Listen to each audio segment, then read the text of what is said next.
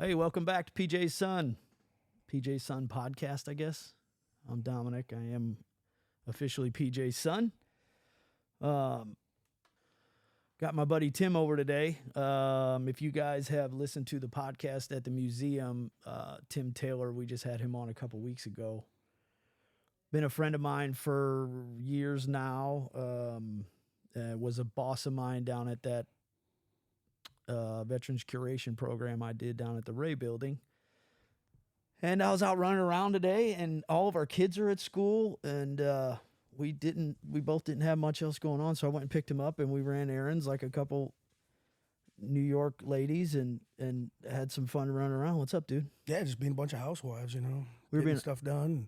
We were being housewives. Yeah, no problem in that, no shame in that. No, Home Depot and Best Buy. I got a new mouse and some other bullshit to try to maybe edit this thing one day. I don't know. We're going to try not to, though. We were just talking about before we got on, huh? Yeah, I'm like Fuck that. it. If we got to press pause and then go right back in, Yeah. we'll just do that. So We didn't get in this shit to do more work. no, that's not the idea. No, we're here to have fun. And why edit anyway? Yeah, You know, a mutual friend of ours called me a while back after he listened to those first two, and he's like, "You need to stop saying shit so much." And I'm like, "Are you fucking editing me and like trying to tell me how to do my own shit already?" yeah, And I just said shit. And maybe he's right. And I think he was. And he knows a little bit about speaking. We both know him from Scott Air Force Base. So he knows a little bit about. oh yeah. I know who we're talking about. He knows, Yeah, fuck you. Yeah. He knows a little bit about speaking and stuff. So I do understand what he's saying. Well, he's a little cleaner cut than we are too. You know. Yeah, he comes from a little bit cleaner of a cloth than we do Yeah. at times. You Yeah. know. I mean, he's So- probably right, because when you meet that person and they just fuck, you almost take it as a little less educated Yeah. in a way. Yeah. And I know I have enough grasp on the English language and I don't have to say fucking shit all the Yeah. time. But when we're talking about certain things, that's just the way that we do it. And he knows that. So fuck Yeah. you know. But maybe he's right. Maybe he's wrong. I don't know. We'll see. Yeah, but big shout out. We know who you're talking Yeah. about. He's a good man. Mhm. You know, helped bring us together. So Yeah, you know, for he- sure. He knows what he's talking about. He's very good at helping veterans and making connections and just helping in many ways. Recovery. Recovery, very good at that. You know, I was seeing him in my real fucked up days. them dark days, huh? Yeah. There's no hole to climb out of, huh? Alicia, fuck no. I Yeah. need an excavator for that No one. shit. Alicia had a friend, a lady that she worked with, and this lady's son was going through a lot of the same stuff. So I met all these people. By the way, Tim knows Doc Shapiro. He knows my whole crew. We're all kind of one big crew of recovery and fucking normalcy in life, or whatever that means. But Yeah. so it was third party, all these people, Doc Shapiro, Chris, everybody. Shit, I just dimed him out. Yeah. No, you didn't give his last name. So. Everybody was a part of that whole thing, but I just ran into him when I was still heavy duty. And I think I was open with him about it first. I'm not positive. I'm sure I tried to lie for Yeah. sure. But but after a while, I just kind of clicked with him. But yeah, I was going over to East St. Louis and shit to see him for a few years. Yeah, at the vet center over there. Mhm. Yeah. That was great. Yeah, I mean, I think, you know, a lot of people don't realize how small the veteran community is. For us, it's pretty big because, you know, all of our friends are vets. Everybody we know are vets. We go to all these all vet things, but the veteran community is still kind of small in this area. It's large for an area, but I don't know what I'm trying to say. It's a small subculture of us. So that's why we all know each other. Like you were saying, you know, Doc Shapiro and everything. Because then once you get into the subculture of combat vet, it even gets even smaller. And, you know, then you go to Iraq vets, it gets smaller, Afghanistan vets, you know, like you can go down these rabbit holes of people that are these tight-knit circles as you get going down where everybody ends up knowing everybody. Yeah. And, and I don't even remember how I met that person we're talking about. Right. I don't even remember. It's been so long. Well, because there's another subculture, or what, I don't know if that's a word or It the is. right word, but I gotta of, agree. of the dudes that are trying to get out of the drugs or trying to get into the mental health, and then there's Yeah. that whole other group of people that don't want to, right? So Yeah. there's us bunch of pussies that want to make our lives better and like go talk to people and Yeah. like straighten up, and then there's that crew of motherfuckers that just don't. So it's like, so it breaks down a bunch of different ways. I know what you mean. Yeah. And when it gets real challenging is when you're both people. Yeah. When you're trying to climb out of that hole and you don't want to get out of that hole at the same time. And I think that's the big challenge. I think if we went back, it's kind of where we almost met, was you right at the end of that. Yeah. Trying to be both people at the same time. And then you kind of got to pick a side and start winning a battle. I think that's probably where you met Chris was because of the VCP. Yeah, definitely met curation Chris through program. the VCP. Yeah. Yeah. Absolutely. Now you're saying that. I would do recruiting for veterans. I was always looking for, combat veterans that were transitioning out of the military. And there's only a handful of guys that know who those guys are. And Chris was one of them, and some other guys at the VA and other close-knit circles that we all kind of worked together, and we all tried to help out all these veterans transition out. And that's how I met him. And then, he asked me to come out and come to a meeting one time, and I came out and listened to guys, and I really wanted to help out because I knew what guys were going through. I was just in a different time in my life. Yeah. And, well, and that was a good pool to kind of choose from for you guys at the VCP, wasn't it? The Veterans Curation Program is VCP. Yeah. But was that tough? Like, so this dude walks up to you and he's like, he looks whatever. He either looks squared away or not. I think we all judge people by the way they look for sure. Yeah. I don't think that's being mean. I think that's human nature. But yeah, it is. Was it tough because once you go, all right, we'll give these 15 a shot. Like if one or five of them don't work out, it's like you're still stuck with them for kind of 5 months, right? Oh yeah, and that's when I was done at the end. It was bet. They're guys that just pushed back, that didn't want to buy in, that that it was great money. Yeah, then they didn't want to help themselves. They liked it because we would do all the work for you. We were writing resumes and we're setting up job interviews and everything. Guys were like, nah, I don't want to do that job. And it's like, dude, this is going to end in 3 months. Yeah. 2 months, 1 month. Yeah. 2 weeks. And you get a lot of guys that come in there motivated. I mean, I've met a lot of people through the VCP that are great friends today. You and I wouldn't be sitting here without it. Yeah. And for the most part, 90% of guys that came through that really wanted to change their life. But man, it was usually only one or two per class. Yeah. They would make your life a living hell where you'd want to throw them out that 6th floor window, but you can't. But it was tough though, because that was such good money for that short period of time. Oh yeah. That it was a huge motivator. And then, but like you said, procrastination like a motherfucker. So now we're down to a couple weeks left or a month left, and you're like, oh, I need to work on a resume. What the fuck have you been doing? Yeah, I've been telling you that for fucking 4 months, dude. Yeah. What the hell are you doing? But now you want to get in with the Corps, and now, or you want to go be a Microsoft engineer, and it's like that. I remember the first class. I wasn't even the manager. I was in there, and the guy's like, what do you want to do? He's like, I want to get paid $100,000, sit on a beach and get my dick sucked. And I'm like, who the fuck doesn't, idiot? Well, you think you're going to find that in the 6th floor office? At the government building? Yeah. Where's the, yeah. And you thought that saying that here was going to make you what? Be cool? Yeah. It just makes you seem more stupid. And it makes me realize why you're trying to get people to help you, because you don't even have a goal. Yeah. Like, that's every man's goal. Or that was the key word that I needed somebody to say as a manager, or you weren't even a manager, but like, oh, he nailed it. And then so I go to this file cabinet and give you the application, make $100,000 a year on a beach and get your dick sucked. Yeah, like, no shit. There wouldn't be a job left. Yeah. The job would be full. Yeah. There would never be an open position for that gig, whatever it would be called. It would never be available. Winning the lottery would be easier. It for sure would. Every guy would be signed up for that job right away. Yeah. Everybody'd be sending a resume. Shit, there'd be pro athletes like, you know what? I mean, fuck football. I'm not going to practice tomorrow. Fuck this shit. I noticed, and I think my little class or whatever it was called was, for the most part, pretty squared away. But you know how when you put people in such a different environment, meaning the city, that all of a sudden, like, at lunch, you go have a beer. It's like, what the fuck are you? You're at work. Yeah. And then you go, and then I think I was a little bit older than most of my class, if you will. And so for me, it was like one of those things where I'm fucking lucky to be here, and I just got my life together, meaning sober, months before that. I don't even think it was a year. And so I was like 34, 35, whatever it was, kind of not running out of time. Yeah. But it was like I needed. It felt like it was running out. Yeah, man. I should already have a 401k or like a retirement going at this point.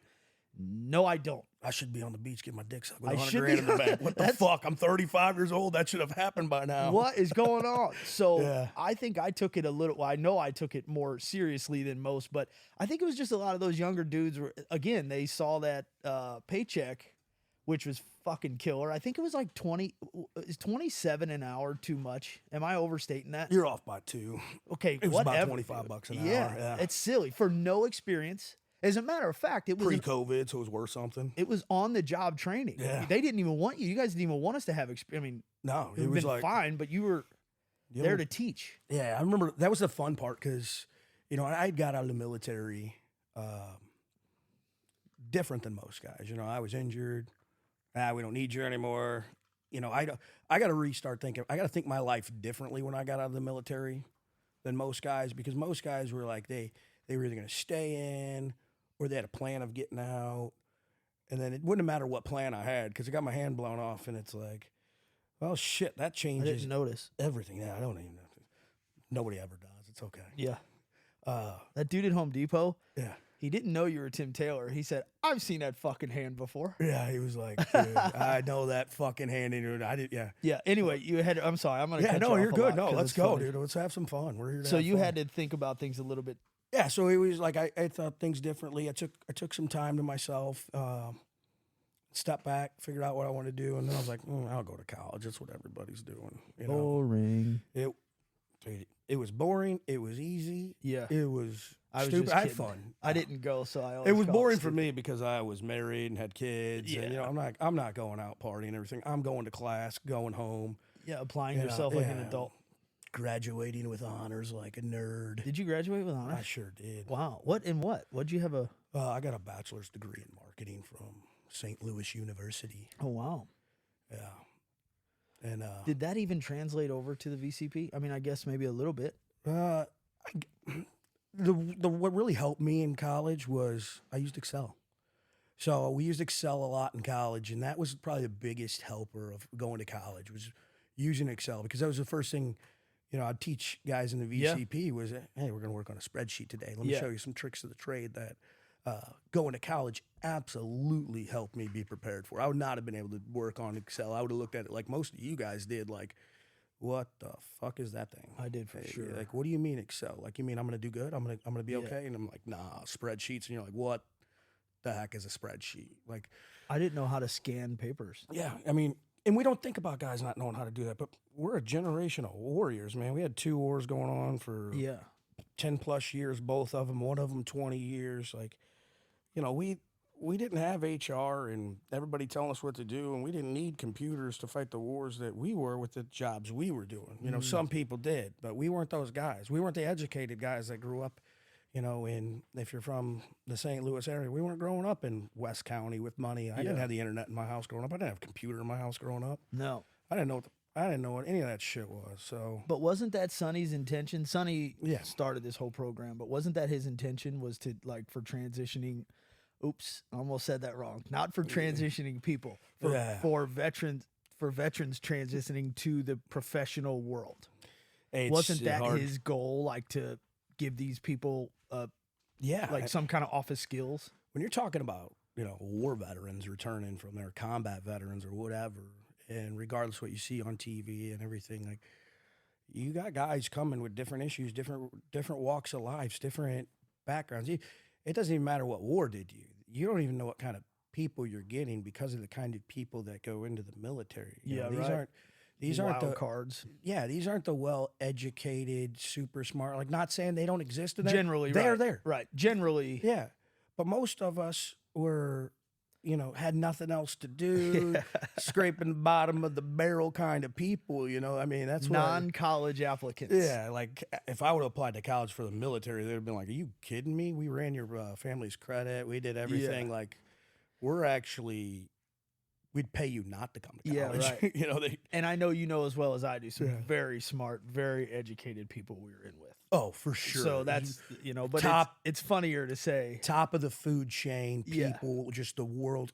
I met the world's best people in the military and some of the world's worst. You know, well, and they are now too. Yeah, CEOs and fucking vice presidents of companies and engineers and all kinds of cool shit these dudes are doing. For office without eyes and stuff. And I don't care about his politics or anything, but I'm just glad you're doing it. I don't care. I don't care about anybody's politics or anything, but when I see veterans on TV running for office, I'm like, that guy's still trying to make a difference, or that gal is still trying to change the world. They're still trying to have that impact that we kind of felt like we had in the military. Yeah. You know, even if you're just a little dumb grunt, you know, kicking in doors, trying to win wars, like that's an impact on the world. Sure. And you kind of lose that when you get out, because then you only really impact your family or the people right around you, or you have such a smaller impact. And there's guys out there and gals out there trying to do better things with their life, trying to impact the world. And I commend them for it. You know, regardless of what their message is or everything. Like, if you're trying to make the world a better place and you're trying to, you know, instill the military values in our country and get back on that track, like I'm all for it. It's losing that drive though. Yeah. That's what fucks everything up. And I lost it too. I did too. You know, I've in the past few years tried to like get it back, and the mental health stuff, of course, but just the work ethic in and of itself. Yeah. I've talked to you about this a lot, but and in your career, what you do now,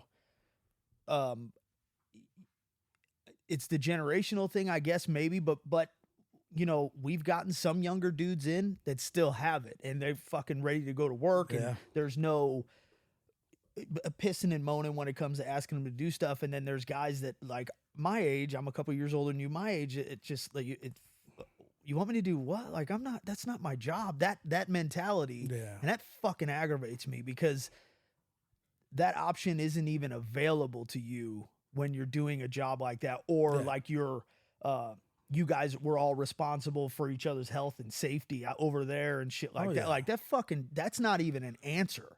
So to get back out, and then these dudes got all the tattoos and fucking t-shirts, but then like they won't get up and go do something that wasn't a part of their job description 10 years ago. It's like, what the fuck are you talking about? The boss told you to do, you just fucking go do it.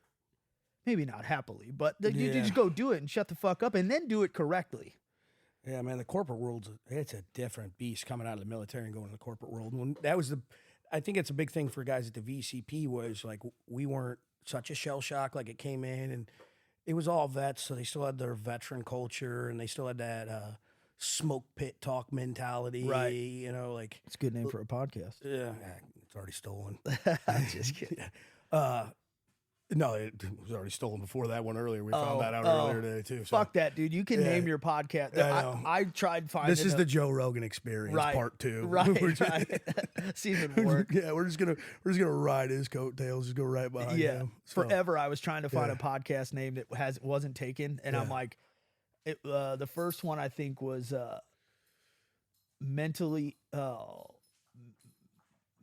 healthy, but healthy spelled HELL. So like getting to a place of mental health is kind of going through. And I was trying to do all these just kind of creative, but not too gimmicky fucking names. And I would look them up and they're all taken. I'm like, what the fuck? You know, I could not figure out. But anyway, there's 8.5 billion of us, dude. I mean, and then Jesus, somebody's got to be thinking the same. Somebody's got to be thinking that. Yeah. Especially when we go back to our story, we talk about all the things we've done to our body. Like, of course, there's smarter versions of us out there. Yeah. But why wouldn't there be? But it is hell. It can be, if you allow it to get that bad. Like, the problem isn't so bad. Like, it's like, okay, losing weight.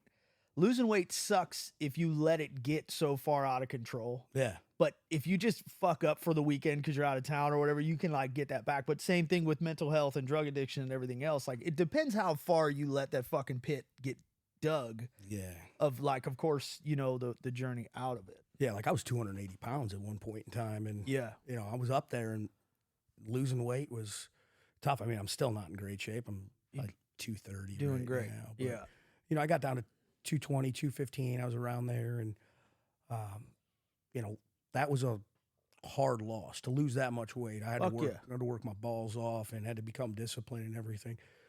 So you had to grind through hell. You know, I did carnivore diets. I was only drinking water. There was nothing going in my body bad for for the longest, but now it's like if I got to lose 10 pounds, people are like, man, I need to lose 10 pounds. I laugh at them. Like, Yeah, but bro, sometimes that's a day and a half. That's 2 good meals and a workout and a gallon of water, and that's 10 pounds right there. but sometimes that last 10 or 8 or whatever is the tough one. Yeah, no, it's the people that are just starting off. Like, I'd really like to lose 10 pounds, and it's like, Yeah, you get that in 2 weeks. fuck, dude, get to work. Like, what Yeah. are you talking about? Like that. You don't even have to go to hell to that. You just have to write hell a letter. Like, Right. hey, I'm going to come visit one day. Or just show the fuck up. Yeah. But it also doesn't happen as fast as everyone wants it to. No. You go downstairs, like, I just want to do 5 push-ups, 5 crunches, and 5 like air squats, and then just be completely jacked and shredded and be able to go back to eating whatever I want. Yeah. If it was Yeah. that fucking easy, we'd Oh, all yeah. be, Roman soldiers. But Smashing. yeah, that'd Smash be burgers while I'm doing right. it. Yeah, no, That'd it be ain't great, like that. but it's not like that. it's the consistency that is a real motherfucker. So Alicia was always, since I've known her, always first she was a runner. Like when we started, when I was real fucked up, she was a runner. And but also always did like little classes type shit, She always had a membership somewhere, and but she's fucking consistent. Yeah. So I would run with her now and again, and then like fast forward to sober life.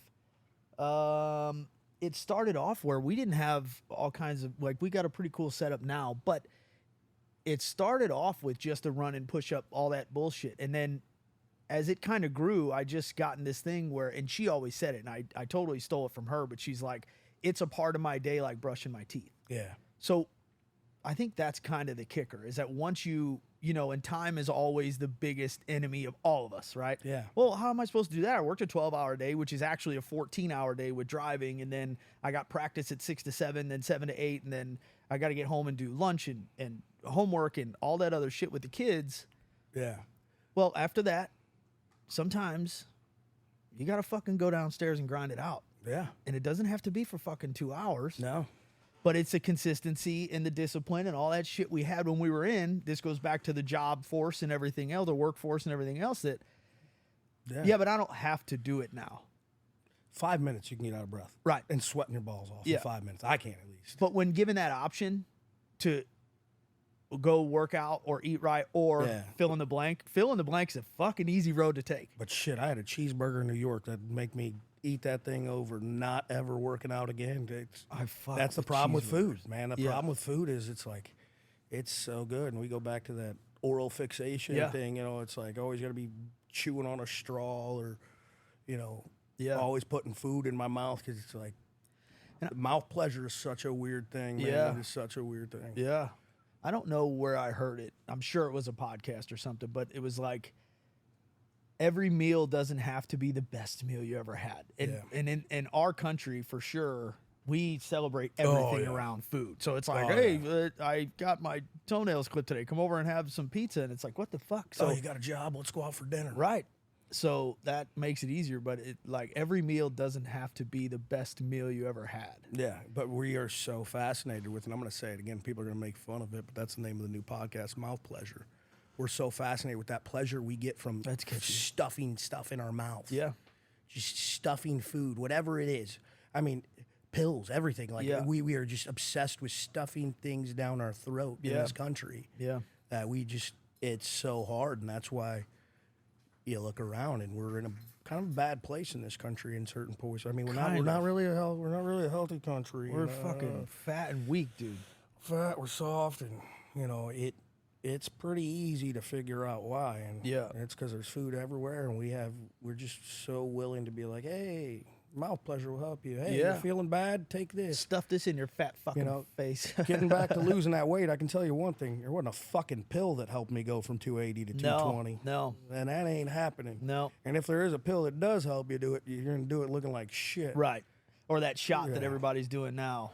Yeah. Alicia's familiar with that work-wise. She does insurance stuff for, if you need a medication, she does a prior authorization for it through your insurance. Anyway, and it's like some of these doctors, not people she works with, of course, but doctors in general are just prescribing this shot.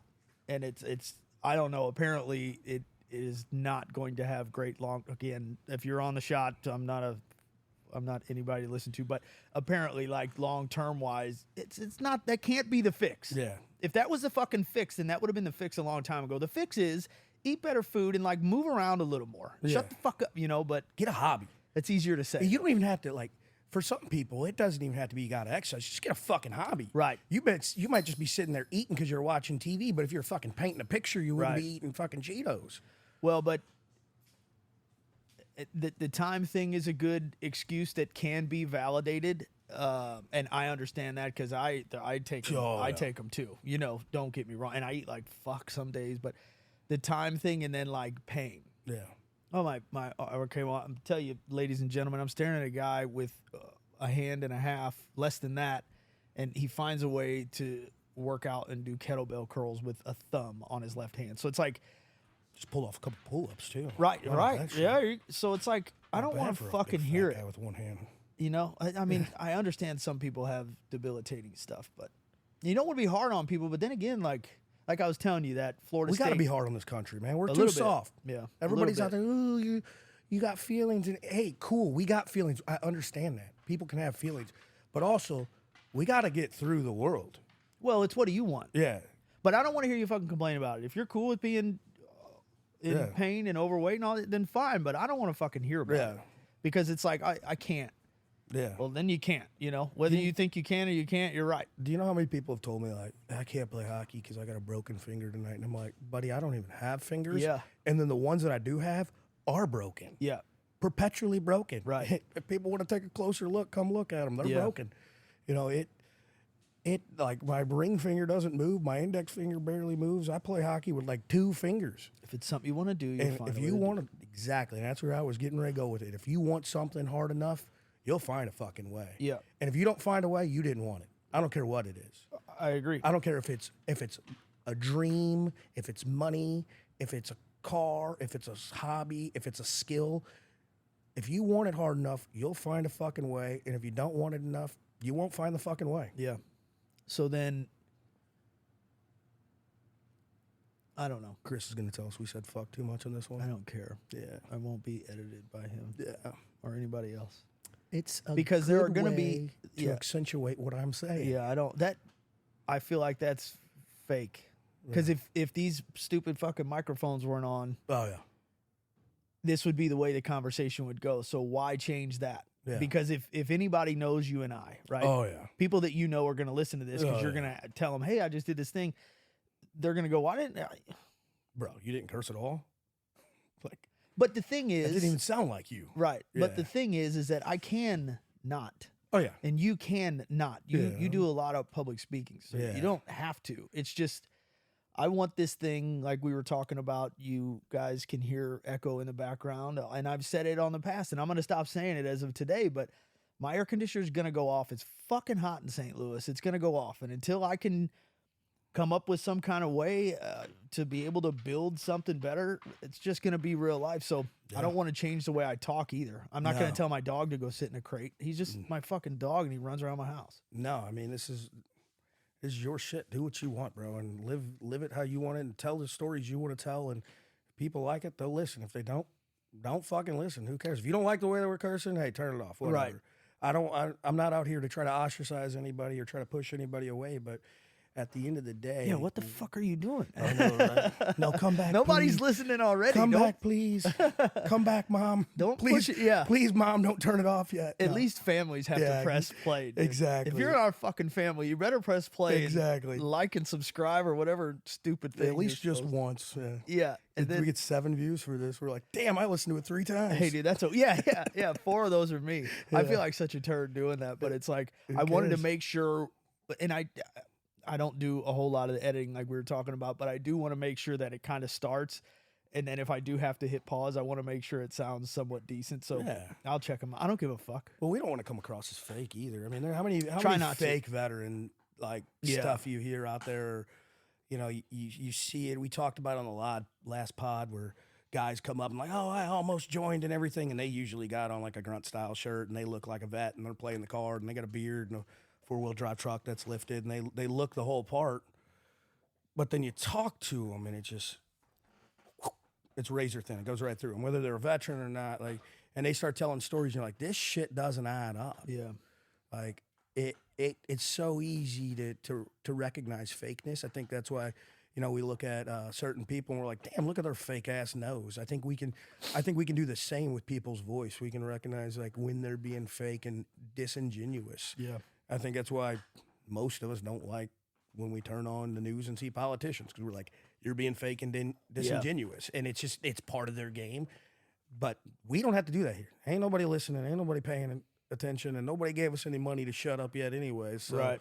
I got to tell you, man, I'm like, for some reason, when you come across those type of people, I feel bad for them before I'm like angry. Yeah. For sure. Yeah. Because I'm like, dude, anyone could have done that. Like, and I think it has to be for most people leaving home right after high school and going to boot camp. Yeah. You hear all these stories and then you like, it gets all worked up, or movies or whatever. And then, so like the fear is already instilled in you. Yeah. Right. So, but you had the same dudes in boot camp as I did. And I'm like, fucking some recruiter lied to this dude out in the middle of wherever you're from. And you shouldn't be here because there wasn't a pull-up ever practiced. Nothing was ever, there was no preparation for this thing that's supposed to be the hardest thing. It definitely was the hardest thing in your life at that point. Oh, yeah. So, like for people out here, it's just, I'm always just like, yes, you could have. Yeah. I couldn't take all that yelling. There's no choice. Like it's not a conversation you're having. You're being told what to do, and then you go do it. And looking back now, like I was saying, I was watching that Florida Gators thing on Netflix last night. The way this coach was fucking thrashing this team, it looked like that's the way it should be. It looked like fun. It looked like they're all just jacked. Their traps had traps, and these are college fucking football players, so they're monsters anyways. But like, that shit is good for you. Yeah, when you take the personal element out, I think that's what it takes for people to get through it. If you want to get through all the yelling and the screaming and everything, you have to realize it's not personal. And then when you realize it's not personal, it becomes a game, and you like that's what it was for basic training for me. That was the best advice anybody ever gave me. Going into basic training, they said, whatever you do, don't take it personal. They're gonna hit you, they're gonna yell at you, they're gonna do this shit. It's their fucking job. And I remember I got to basic training, shout out to Drill Sergeant Dillard and Drill Sergeant Luna. I won't forget those guys ever. And I remember our drill sergeant was just screaming in my face, Drill Sergeant Dillard, and he's like, and I'm just sitting there, he's, wipe that fucking smirk off your face. What's wrong with you? And I said, it's okay, Drill Sergeant. I realize you got a job to do, and I got a job to do. Yeah. Your job's to rip me a new ass, and my job's just to sit here, shut the fuck up and take it. And he's like, then shut the fuck up, and starts whooping my ass, of course, because I was a smart ass. But then after that day was over, I took that ass whooping and realized like, oh, that's the game. Yeah. You know, and they don't even do that anymore. They don't kick people or hit people or smack people. I'm interested. I sure hope they do, because it made it fun. It made it more fun. See, I took it very personally. Yeah. Because remember, my dad wasn't around, so I have a thing about validation from males and all this other shit. I took it very personally, but the only way I could combat that was by going to the point where 5 of the meanest drill instructors, they're all the meanest drill instructors in the world, but it seemed like I had 5 of the meanest. Mine were definitely meaner than yours. Yeah. But these 5 dudes, in order to get them to not, like, the first 2 weeks, everybody's fucked. Oh, yeah.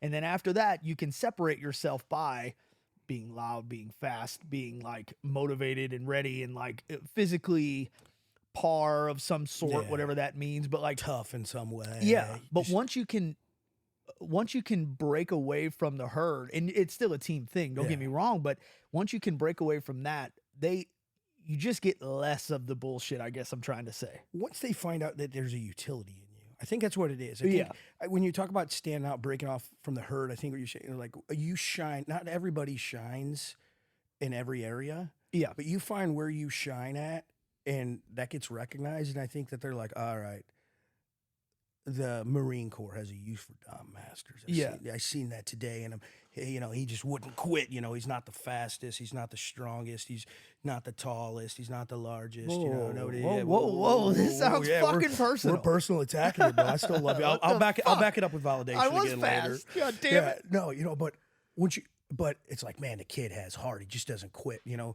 and it's those stories that that get people going. And it's that, like, you have to find a use for somebody. Everybody, you can't just get the right people on the bus. You got to have the right people on the bus and in the right seats. Yeah. Not everybody is going to be the guy kicking in the door. Not everybody's going to. Yeah. Everybody has a use for them. And Yeah. it's finding that use for them. And that's what makes the military so great, is there's so many different things to do. And if you make sure you get good recruiters and you get good training and you get the right people in the right spot, man, it's a beautiful thing. Yeah, it works out. It'll cut through like a hot knife through butter. The military will go right through you. But you get the wrong people in the wrong slots and the wrong motivation, and they don't really have the, you had this guy over here who's fast, but for whatever reason, we're not going to put him in anything that being fast helps out. We're going to put him over here because we had an open seat. Yeah. That's where I think the entire American system's flawed, is we don't put everybody in their strengths in the right position. And the military, it felt like it used to be good about doing that. I don't know anymore. Maybe it is, maybe it isn't. Well, again, your thought process is much better thought out than mine. I don't sleep. Mine was, I figured they don't need to spend as much time yelling at me as they might someone else. So, like, you know what I mean? When it came to, like, stepping out a little bit. And then I got the job of the guide of our platoon. Yeah. It was a few weeks in. At first, I've told this story at the museum, but at first they just kind of hire the biggest, like, most jacked dude because he looks good at the front of the platoon. Everybody's going to be scared of him. Yeah. They're going to listen. They're going to fall in line. Yeah. Well, this biggest jacked dude was just a nice guy inside, and he wasn't with all the screaming and chaos and all that. I love those guys. See, teddy bears. Yeah, I mean, it was great. He's a great guy, and he was a really good leader, but he didn't have that thing they were looking for. And not in the Corps. That's not what the Corps is looking for. The night they gave me the job, we were going for shower time, and I had my little butt towel on, and they gave me the job, and I took off screaming. What I figured was that they wanted fucking a little miniature one of them. Yeah. So I just became a drill instructor. I loved all that screaming. I thought it was fucking great. It was funny and scary and everything. So I took off yelling like those motherfuckers, and that towel came off. And in this split second, I'm like, stop and pick up that towel or continue on. And I continue on, little dick flipping around everywhere. I mean, it was fucking... And I ran by the one drill instructor, and he goes, fuck, what did he say? Something about don't ever stop or some shit like that. So I was like, okay, this is what they expect out of me. Yeah. All that part was good. I was great with that. But we have that fucking flag, the guide on. Do you guys do that? Oh, yeah, I got some stories about guide-ons. Don't worry. So I wasn't as great at that because I'm at the front of the platoon, so I don't have anyone to, like, when you're doing different movements, I don't have anyone to kind of veer off of. So I would find myself, and that was my weak part, was that stupid fucking stick. So I'd work on that all night long. But when it came time to do stuff, one time I got given the job of, I think it was general orders. This was at the beginning when you were learning general orders. Yeah. Have everybody, there was 87 or 82 of us at first, have everyone write their general orders 10 times. If it doesn't happen, you know what's going to happen. And I'm like, okay. So I told my squad leaders and team leaders, I was like, listen, this has to get done. I'm going to have you guys all do fire watch tonight every hour. It's going to be one of my squad leaders or team leaders to try to delegate some of this because and I told them my plan is I'm going to get some sleep because chances are this won't happen. I'm going to have a long day tomorrow. And what they would do is the whole platoon would sit down, and they would sit down like, I don't know if you can say Indian style, but fuck you. You absolutely sit down Indian style, and they would put their hand in between their heads and like rest their hand in there and watch me get fucked up. Yeah. So I was completely prepared for that to happen tomorrow. I'm like, for sure. There's no way all these fucking assholes are going to get up and write these. They're going to do it on purpose just to make your day hell. So I always had last fire watch guy wake me up a half an hour before the drill instructor so I could get up and have get shit ready for the day. Yeah. And one of my squad leaders woke me up, looked like dog shit. I mean, you could tell he was tired of it. And this was my fucking go-to. He was my right-hand Noriega. And I said, what's up? He was like, they're all done. And I was like, what is it? He said, everybody in here has written their fucking general orders 10 times. And I, of course, had already written mine before I went to bed, but he was like, it's all done. I'm like, get the fuck out of here. He's like, hey, man, is what it is. I was like, holy shit. So drill instructors come out in the morning, and I had to sit the whole stack of them in the scuttlebutt. And he came out, and sure enough, there were fucking 10 of them from every recruit in the fucking platoon. And I stood there like, I can't even take responsibility for any of this because all I did was prepare to get fucked up today. Oh, yeah. Senior calls me into his office, and he said, go in that little refrigerator. And in his refrigerator, he had not Slim Fast, but they were like Nutra Shakes, you know, Yeah. and a Snickers. And he said, you got about 30 fucking seconds. And I wolfed that shit down. And then the next night, I stood fire watch all night by myself. Yeah. I let everybody else go to sleep because I was like, I'm like, you motherfuckers. I'm sorry. I didn't expect that to even almost. I figured you'd go, we got 10. Yeah. But they had every motherfucker up. And it was a huge deal to me because I'm like, damn, these motherfuckers, you know, we're on a team. They respect me. I respect them like a motherfucker, you know. So it was a cool thing. But I don't even know why we got started off on that. I don't know. I was a shitbird in basic training. You started talking about guidons. So me and a few other guys, we stole all the other platoon's guidons, and we'd hide them in the ceiling.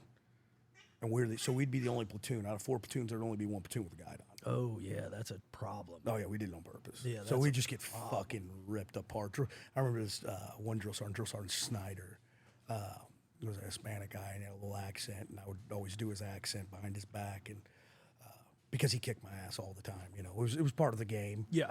But we stole their guidons, and I go to my drill sergeant Dillard at the time. I said, Drill Sergeant Dillard, I need red spray paint. And first off, he's like, what the fuck is this idiot even doing, thinking of asking me for something? But he also knew all the guidons were missing and that we had ours, so he knew somebody had it. Sure. And he was like, at the top of each guidon was an acorn that held the flag on. You know what I'm talking about? The wooden acorn. Yeah. And they were all painted everybody's platoon colors. So he went and got his red spray paint. We spray painted them all red and gave them all back to everybody. So that's what I was doing. While you were being a good Marine, I was being a shit soldier, figuring out ways to steal people's guidons. Yeah. I guess I would have been a good recon guy because I was always stealing their guidons, and then we'd hide them in the drill sergeant's office above this in the drop ceiling. Yeah. Oh man, he was so pissed when he found that out. But see, they would see that as an integrity violation. Yeah. In boot camp, and like, I don't think there was anything worse than an integrity violator in boot camp. Like if you were drinking, this was when they had actual alcohol in Listerine. Yeah. Remember in 2001 they had actual alcohol in there. So some people All would the sneak in the motherfuckers whiskey drinking locker and they'd be drinking. That's an integrity violator. Yeah. If you integrity meaning doing the right thing even when no one's watching. So if they couldn't trust you, and I think that's a pretty good quality in the military, especially in 2001. Yeah. We knew there was a pretty good chance we knew we were going, and then life in general, you know, you tell your kids to do something. Just because I walked away, still fucking do that, you know. But being an integrity violator was the worst, pretty much the worst one you could be. No, this thing was who can get whose flag without them knowing you took For their sure. flag. No, I So get it. It was more of a challenge of getting their flag and painting it our colors, and we were kind of at war with all 4 platoons, you know, and our 2 drill sergeants were kind of renegade drill sergeants. You know, they had that old school mentality, that fuck you mentality, like we're gonna do shit the way it should be done, and everything. So they knew like we had a bunch of shitbirds, and they'd push us, and they would get us going the right way. And I don't know, but stealing guidons that was probably the best time I had in basic training, was, you know, trying to figure out ways to steal people's flags without them knowing. And game planning for it and hiding them and painting them and getting our ass kicked by all the other drill sergeants because they knew who it was. Sure. And everybody, I don't know how people knew that I was involved. I'm assuming I was probably just a loudmouth asshole back then too, so they figured it out. They came up with something. Yeah. I think they probably would have seen that as stealing. Yeah. Now, your drill instructors, like your platoon, they might have pulled you to the side and fucking do it again, you know. But like, but I think as a whole, they would have seen that as a bad thing. No, our drill sergeant was like, to the death. Yeah, right. You do not give up those flags. Yes. He asked where they were. We told him, and he goes, all right, they're gonna stay there. You do not give up those flags. You get your ass whooped by all those drill sergeants. Yeah, and just deal with it. And that was it. It was we got ribs kicked in and did a lot of push-ups. What else are you going to do? Shit, Yeah. you're in basic training. You know, watching TV or playing on Instagram or anything. No. Might as well be either working out or getting your ass whooped, right? Yeah. They fucked with us. I don't know if it was Black Friday. That's what it's called in the Marine Corps when you meet your drill instructors that Friday, and then Shark attack. you are theirs. I don't know if it was that first day or maybe the second, but we were all like, I know enough to know how early on it was. And the biggest thing was touching your face. It spreads germs, and then you're like supposed to be still. So in combat, if you move around, you can be seen and give up everybody's position. I understand the big, what am I looking for? I understand like the long picture. Yeah, I understand that, but it seemed ridiculous. Like I can't scratch my fucking, there's sweat about to go, but that was the fucking rule. So anyway, we're sitting there listening to somebody talking. The one dude reached up and scratched his face. The drill instructors, of course, saw him, and they took him back into the shower room. Folks, the shower room is basically, it's a big fucking shower room, maybe like you saw in high school. But there, and where I was, there were just towers. And these towers, stainless steel towers, and at the top of them, they had, let's say, 6 shower heads circling around, right? So everybody, so anyway, they took this dude back there. Turned all the shower. We didn't know this until a couple days later when this guy came out of his fucking just zombified state because his whole life looked like it got taken away from him, which was beautiful. But they took him back there, turned all of the showers as hot as they could go, which we were only allowed cold showers, so that they never got turned on. So there was tons of hot fucking water. They turned all the showers on as hot as they could go. Then they had like a towel and they sprayed, I don't know, Windex or something on it, some kind of a chemical. Then they had him doing push-ups with the towel over the top of his face, right? So it would all just, what's the right word for if something like steam? Steam. Okay. It would all kind of steam up in his face while he's doing push-ups. Then they had other towels and they got them wet and they were slapping the fucking stainless steel shower towers with these. So, of course, not knowing, we can't see any of this, we thought they were, and this dude's screaming the whole time. They're screaming at him. We thought they were just beating him, fucking torturing this kid. And I mean, it worked, dude, because before we found out what happened, which, like I said, was like probably the next night or something, because like after the first couple days in, they would give you 10 minutes to pray at night, which was just a reason for a bunch of fucking assholes to sit around and go, what the fuck, man? What happened? So this dude, we're doing our 10 minutes of prayer bullshit thing. And, this guy comes over and we would all circle around a rack. Like, so 5 of you would be on this rack. Yeah. It was our prayer group. Yeah. We're like, dude, what the fuck? What were they doing? And he explained the whole thing to us. And we were like, oh shit, man, we thought they were fucking you up. And he was like, dude, I felt like it, but his life was just like taken away from him. It was beautiful. Yeah, that's nuts. He was the same guy. I told this story at the museum. The Reaper, at the end of our crucible, the Reaper is the little hill that we have to walk up, which you hear about so much. And it in your head, it's Everest. Yeah. And there's no way you're going to be able to make it up this thing. And we failed before we started. And your brother heard about it or your cousin. Yeah. So it becomes this mythical fucking mountain that once you're out of boot camp and in the fleet, you run up it just for like morning PT to like stretch. Yeah. It's nothing. It's the physical, or it's the mental aspect. Yeah, totally. Well, you're thinking about it for 11 weeks, and it just builds up. So the same guy who got tortured that first day, myself and Noriega were at the back of our platoon because we were strong at running and hiking and all the other shit. So they put us back there, and they said, so there's a drill instructor with us. If anybody falls out like past this platoon, you two are gonna fucking pay. So we were like, well, that's over. That's not gonna happen. Yeah. Here comes fucking, I think it was, anyway, here he comes. Santiago. It was an Ez. Here he comes falling back. And I'm like, motherfucker, after all these weeks, you're still not able to walk up this hill, And so Noriega and I came up with a plan. Noriega was going to take his pack. I was going to take him and just like by the flak, just kind of tow him up this hill. Yeah. I'm not carrying the motherfucker because he was way bigger than me, but I can probably tow you up here.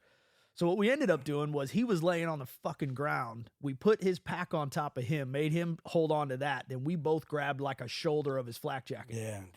We're just fucking dragging him up the hill. We get up the hill, you do your ceremony, you get your Eagle Globe and Anchor. Apparently you're technically you're officially a Marine.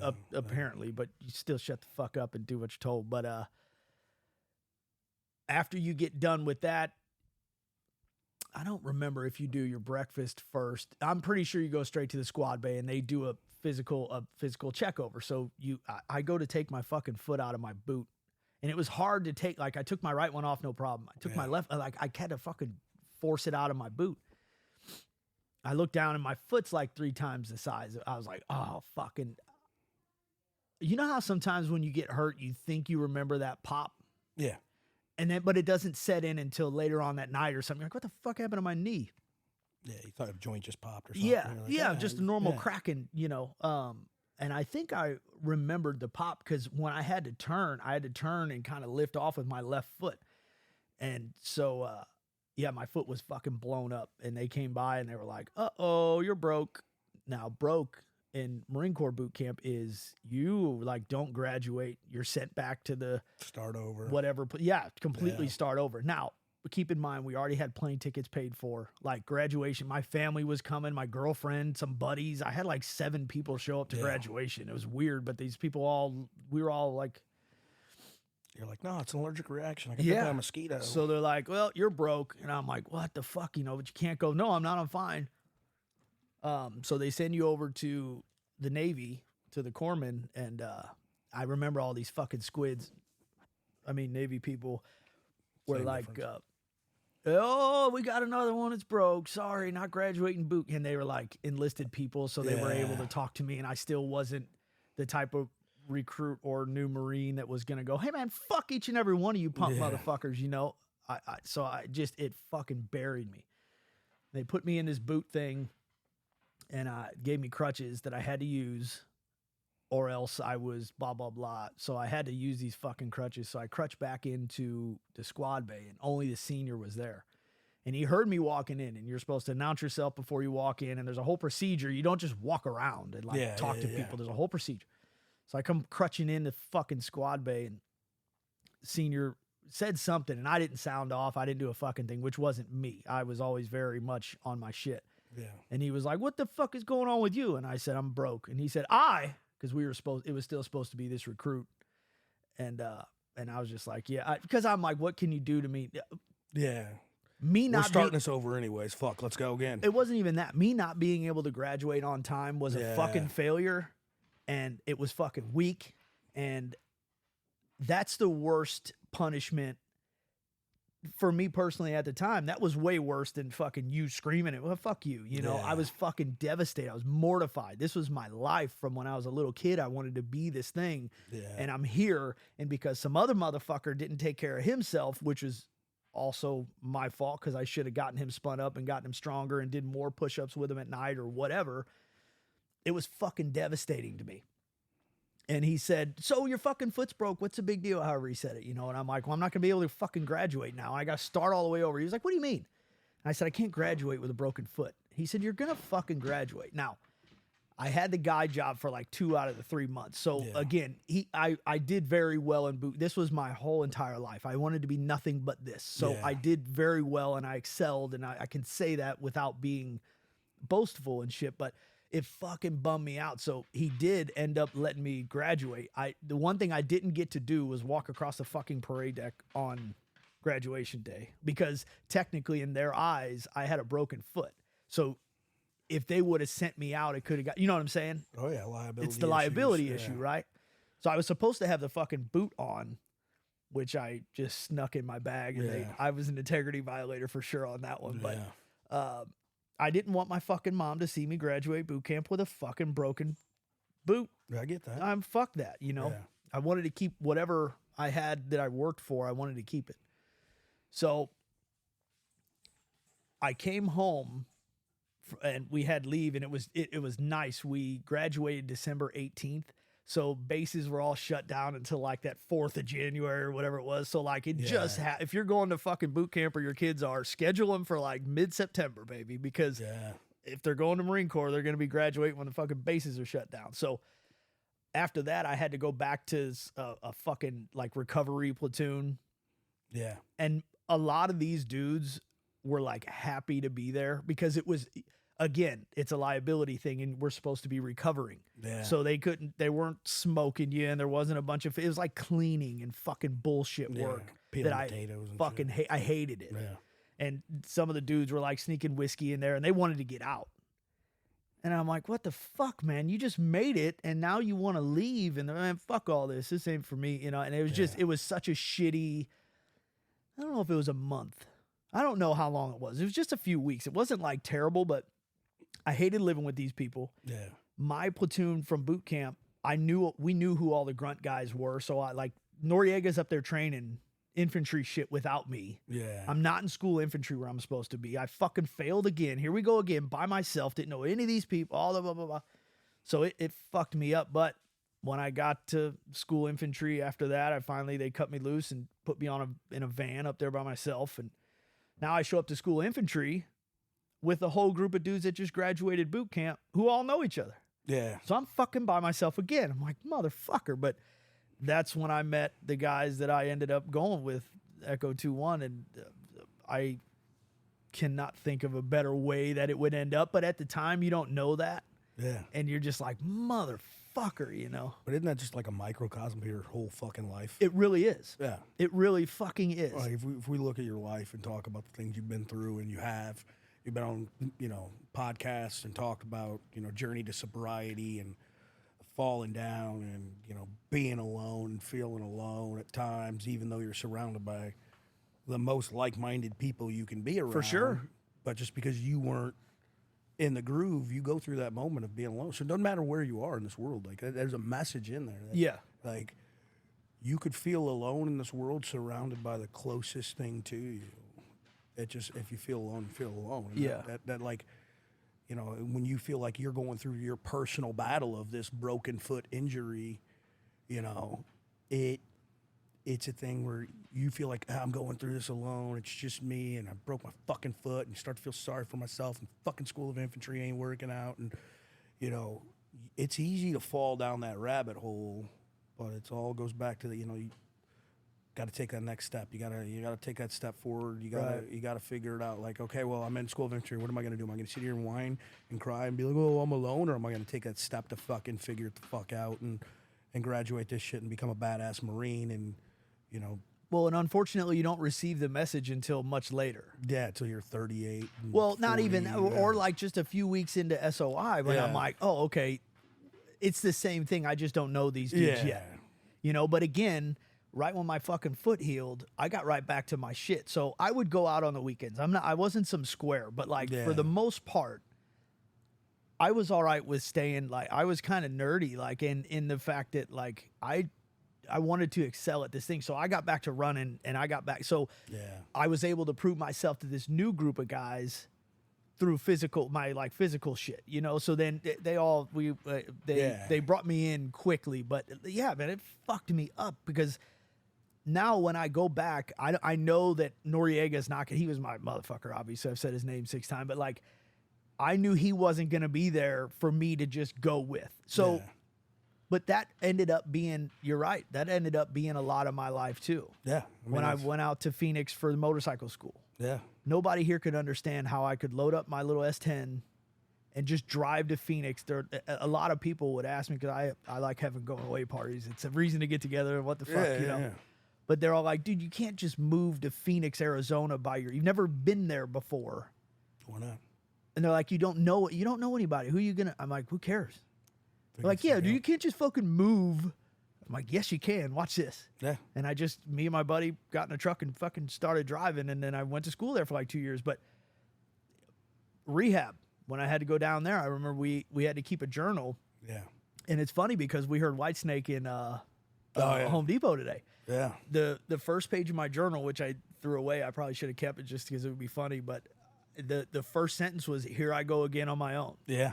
Every fucking thing I do, I have to go by myself, completely figure it out, which I think is helpful. Yeah. Because most of that shit is by yourself in the beginning. Those dark hours in the middle of the night. Yeah. Even if I got my family with me. I have a close group of friends that understand the struggles I've been through as an adult, as a child, everything. I mean, I'm surrounded by people. I don't say that as a brag. I mean that in a good way. I'm surrounded by people that care about me and that I care about and that know who I am. But all these dark days, I still got to do it on my own because it's at 2 o'clock in the morning inside my head, or even if I'm in a crowd of people, it's me inside my head. The dark places now are inside your head. Yeah. And you go through that alone. Yeah. You can't, nobody can understand what you're going through. Those times where you're like, where somebody's talking, hey, you even listen to me? You listen to me? You even here with me? No, I'm not here with you, not always. I'm alone and with the thoughts in my head all the time, though. And I think that is part of it. I don't know what the fuck we were talking about or what point we were getting to here. No, it was just being on your own and kind of starting over again. And when I can call you and go, hey, this thing's going on. I think the helpful part with a lot of people like us is that I don't need you to know where I'm coming from, and I don't need you to have an answer for me. That's not why I called you. I called you because I know that the feelings I have, and probably even worse, I know for you and I, are the words I use to describe those feelings and the people involved in making those feelings like my reality. Yeah. And you can't say those things to everybody or anybody. Yeah. So when I'm able to just call you and give you that description, and then you're able to, just take it because it can't be offensive when it's coming from two people like us. Yeah.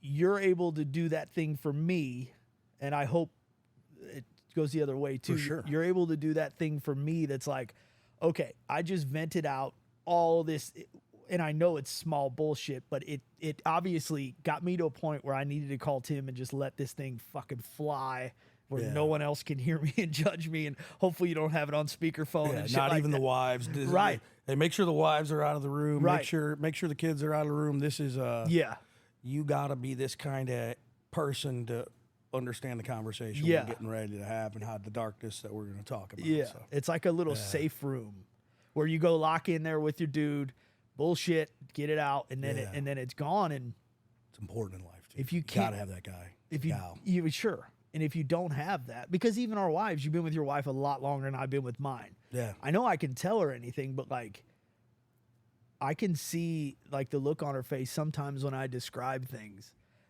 And it's just I get it, well, who the fuck did I marry? And I'm like, no, it's still me. Yeah. I'm still a pretty good dude, but I don't come at you with most of my shit because I understand that this is a fucked up way to describe a situation. Yeah. Well, I think the funniest my wife ever looked at me with all these situations, we were talking about my daughter, my middle daughter, Delilah. I'm going to say her name. I love my kids. But Delilah is, she's a tough gal. I love her, and we were all joking around that one day she's just going to ruin some man's life. Sorry, Delilah. When you grow up, and if you ever listen to this, we mean that in a good way. She's just so tough. She's so strong-minded. Yeah. It is like talking to me. Sure. But in a girl form, when I'm talking to her, just the way she views the world and the way she calculates everything, it's like it's just mini me. Yeah. And my wife was like, yeah, but, I'm so scared. What if somebody, is abusive with her? I'm afraid she might kill him when she grows up. And I was like, I just hope that she calls me first. Yeah. And my wife's like, what? And I'm like, because I'm going to tell her, hang up that phone, I'm on my way, and I'll hide that body for you, don't worry. Easy fix. Yeah. And my wife's like, what, you would do that? And I'm like, oh, for sure. Yeah. And then we see all these people on TV, getting judged for, they don't want to judge their own kids for, look, I'm not saying that my kid is a good person because they did that, or that person's a good person, but I understand, there's not a line I wouldn't cross for my kids, and I think for us that the military gave us lines that we couldn't cross. Yeah.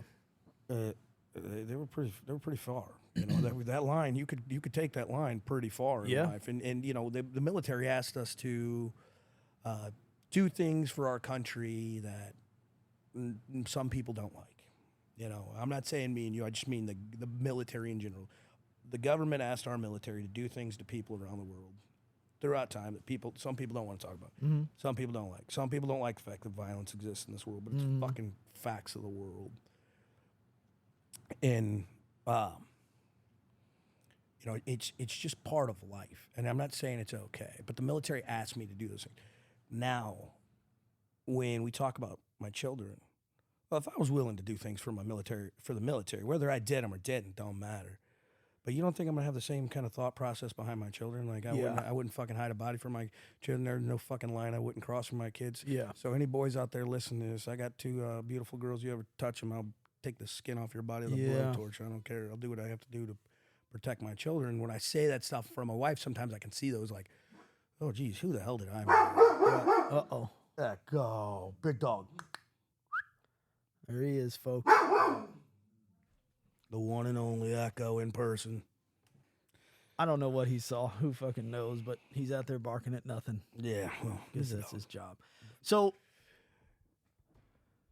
but we're talking about, you know, our wives and how there's some things we can't talk to about our wives. That was the whole point. Was like, not that I can't talk to my wife, but she just doesn't understand some of the things, and she has to compartmentalize because at the end of the day, she has to be married to my psychotic ass. Yeah.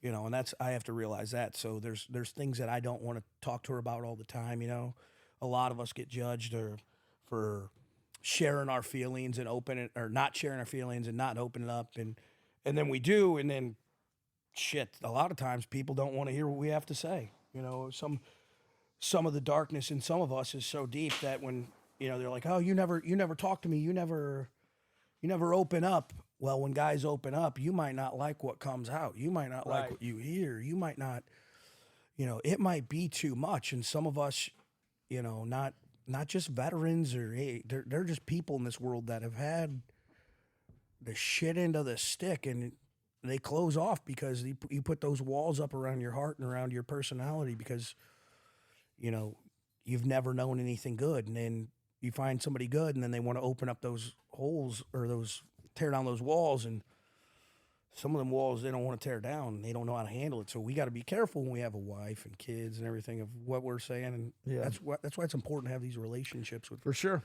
with people you can reach out to that know where you're coming from and know how you feel, and maybe didn't have the exact story, because we can sit here and tell our stories all day long. Our story's not the same, not even a little bit. No, all right.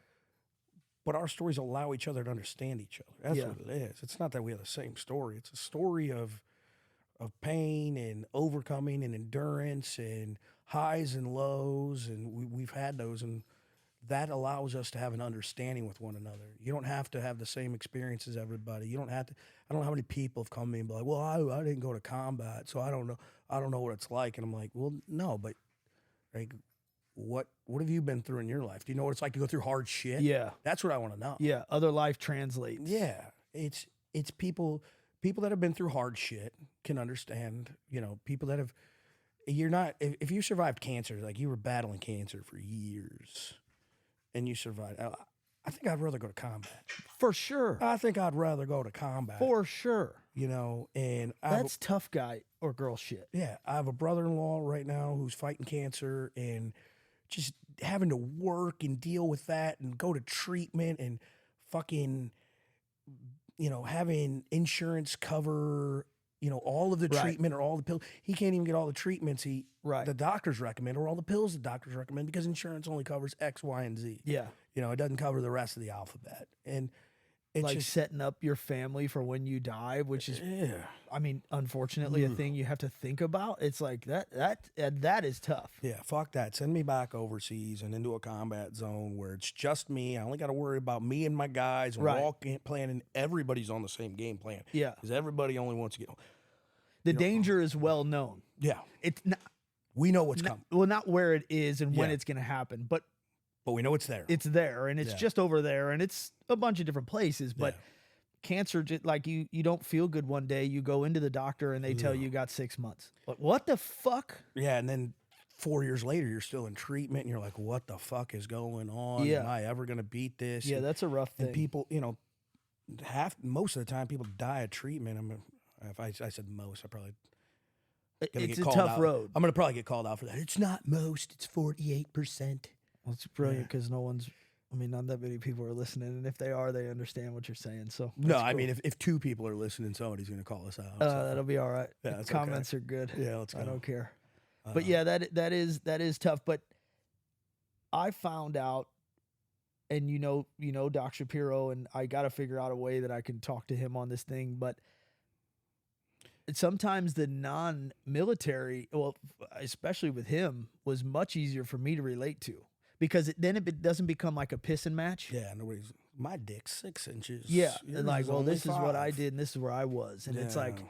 so to me that civilian thing, he was able to just let me kind of explain, and then I don't know, it just didn't seem like there was that competition almost. Yeah. That it seems like sometimes when you meet a guy and they go, who are you with? And it's like 2-1 echo. And then maybe it's me, but it's almost like, is that good enough for the fucking answer you're looking for? You know what I mean? Yeah. And so I didn't want to get into this with you. I just wanted to say, hey man, and just bullshit with you. But it seems to me like sometimes that competition thing's there, and then but having buddies that, or anybody really, that, I don't know, some people just you can bounce stuff off of them easier, and some people it like sticks to and then doesn't come back the way you would like it to, and then it doesn't work out well, Yeah, I mean, I'm always worried about like groups of veterans, getting together with groups of veterans to talk, because there is that hierarchy. And I remember one of my favorite things is when I was at the VCP and we were interviewing people. We got to select people, and some people don't make the cut. Yeah. We might have interviewed 25 people. I might be taking 12. And I got to pick the right 12 people that I believe are going to get a job, that have the right skill sets, or that maybe some people need the most help. You never know. Yeah. It all depends. There's a whole criteria we were looking at. We were looking at people. Well, one guy didn't get selected, and he wrote the nastiest email to me. I wish I would have caught it. And he's like, I don't give a fuck if you got your hand blown off. I did more than you fucking ever did, blah, blah, blah. And I'm like, how the fuck does this guy know anything I did?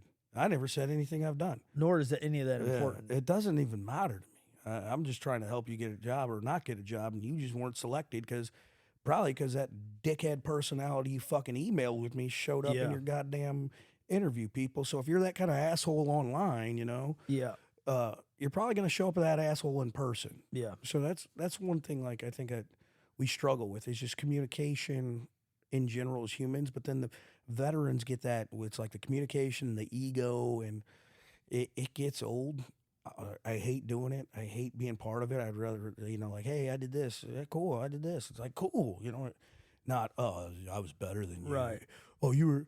The one thing that kind of gets me, and you and I, we Army Marine, we'll take 1 or 2 jab at each other now and then. It is so rare. Yeah, it doesn't happen a lot with us. To be Army versus Marine, and a lot of my friends are Marines, and we just don't do that. Yeah. Like, almost ever. Yeah, because it's lame. I once told a group of guys at the VCP, they were all going back and forth over who's tougher, and fucking this guy's in the Marine Corps. Like, I'm a Marine, I'm tough, and this guy's in the fucking Army. Like, I'm in the Army, I'm tough, and you're fucking Air Force, Navy pussies. And they were all going back and forth. And I'm like, buddy, if you have to say you're tough because of a branch of service you stood in, that means that you're tough because of other people, not because of you. Yeah, good point. That is a historical toughness. That is not a current toughness. You standing face to face with a guy and telling him, motherfucker, I was a Marine, I'm tough, that doesn't mean shit to me. Yeah. It doesn't mean, and you know what? It don't mean shit to 99% of tough guys out there. They're not hearing it. They don't give a fuck. No. So that ain't working on them. So it's so stupid to be like, well, I was in the Marines, so I'm better. I was in the Army, I was better. I was this, I was that. Some of those stereotypes fit, but at the end of the day, we all had a job to do. Some of us just picked better jobs. Some of us picked worse jobs. Some of us got fucked by recruiters. Some of us didn't. Some of us had a family line to honor. I know plenty of guys that they were, 3rd, 4th, 5th generation Corps. Yeah. I get that. I didn't come from that. So for me, it was just like, hey, whatever, whoever's going to take me and put me in combat, I'm going. I never felt comfortable with that branch war thing anyway, unless unless a person was having fun with it. But Yeah. like outside of everything, I don't feel that comfortable kind of bashing anybody. I think it's a bad look anyway. Yeah. But if you know anything about it, like if you are infantry, Yeah. there's a lot that goes into just making you able to do that job. Yeah. So it's like I'm always just grateful, and like or like if you meet like pilots and Air Force dudes and Navy dudes, I'm like, Yeah. you fucking dudes work on a ship, you know, like that's fucking cool work. Yeah. I always thought it was just cooler to talk to all those people and like see what they do, and like if you work in a supply shop and you're, you know, basically running a forklift and well, but all that water that you're carrying or MREs or whatever, that's for me. Yeah. So the way I see it, like, thanks. You know, I don't need to call you some pussy because you didn't go. Like, it seems to me like you're pretty happy with whatever you're doing, and Yeah. I think that that's the best part about it is if you're happy with anything you do, military or civilian, the money. I think you and I agree a lot about that. The money isn't shit, and it's like happiness is fucking pretty cool. Getting caught in the chase and the grind of money is the biggest problem I think we have in our society. Yeah. I mean, it's not me sitting here being like, oh, we should be socialists. Or I'm not saying that at all, people. I don't know what any of that means, so it's not. Yeah, it's just like, but when you get down to everything costs money, I need money, I got to make more money, I want bigger things, I want better things, and then, you know, the whole keeping up with the Joneses kicks in, and then like that grind, that's depression. Yeah. That's where the depression comes from. Depression doesn't come because we have bad things. You know, generally speaking, most of us don't have bad things going on in our lives, and like not terrible things. Right. Most of us. Yeah. There's some, you know, people out there. There'd be somebody out there screaming, "Fuck you! You don't know what you're talking about." Nobody's listening, but like you said, but if there were, "Fuck you! You don't know what I'm going through," and that's not what I'm talking about. But most of us Yeah. don't have life or death situations we're faced with every day. We don't have bad things going on in our lives. You know, our bills are paid. Even if your bills aren't paid, it's not like people are kicking down your door to come collect it. And they just like, oh, there's a $5, you know, late fee, because we're in a different world nowadays than we were, you know, 20, 30, 40 years ago. It's just, Yeah.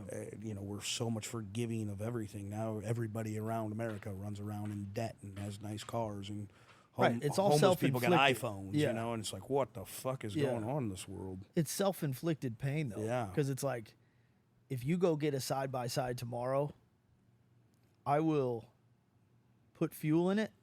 Yeah. Then I'll clean it at the end of the weekend, but it won't drive me unless you have this property, and like I know my family is gonna have time. On weekends, I'm fucking busy. Yeah. I don't need a boat. I don't want a boat. Yeah. But if you have a boat and you offer to take me and my kids and my wife out on your boat, I will fill the fucking thing up with gas, $200, I don't care, and then I'll like wash it for you, and I'll do all that shit to show my appreciation.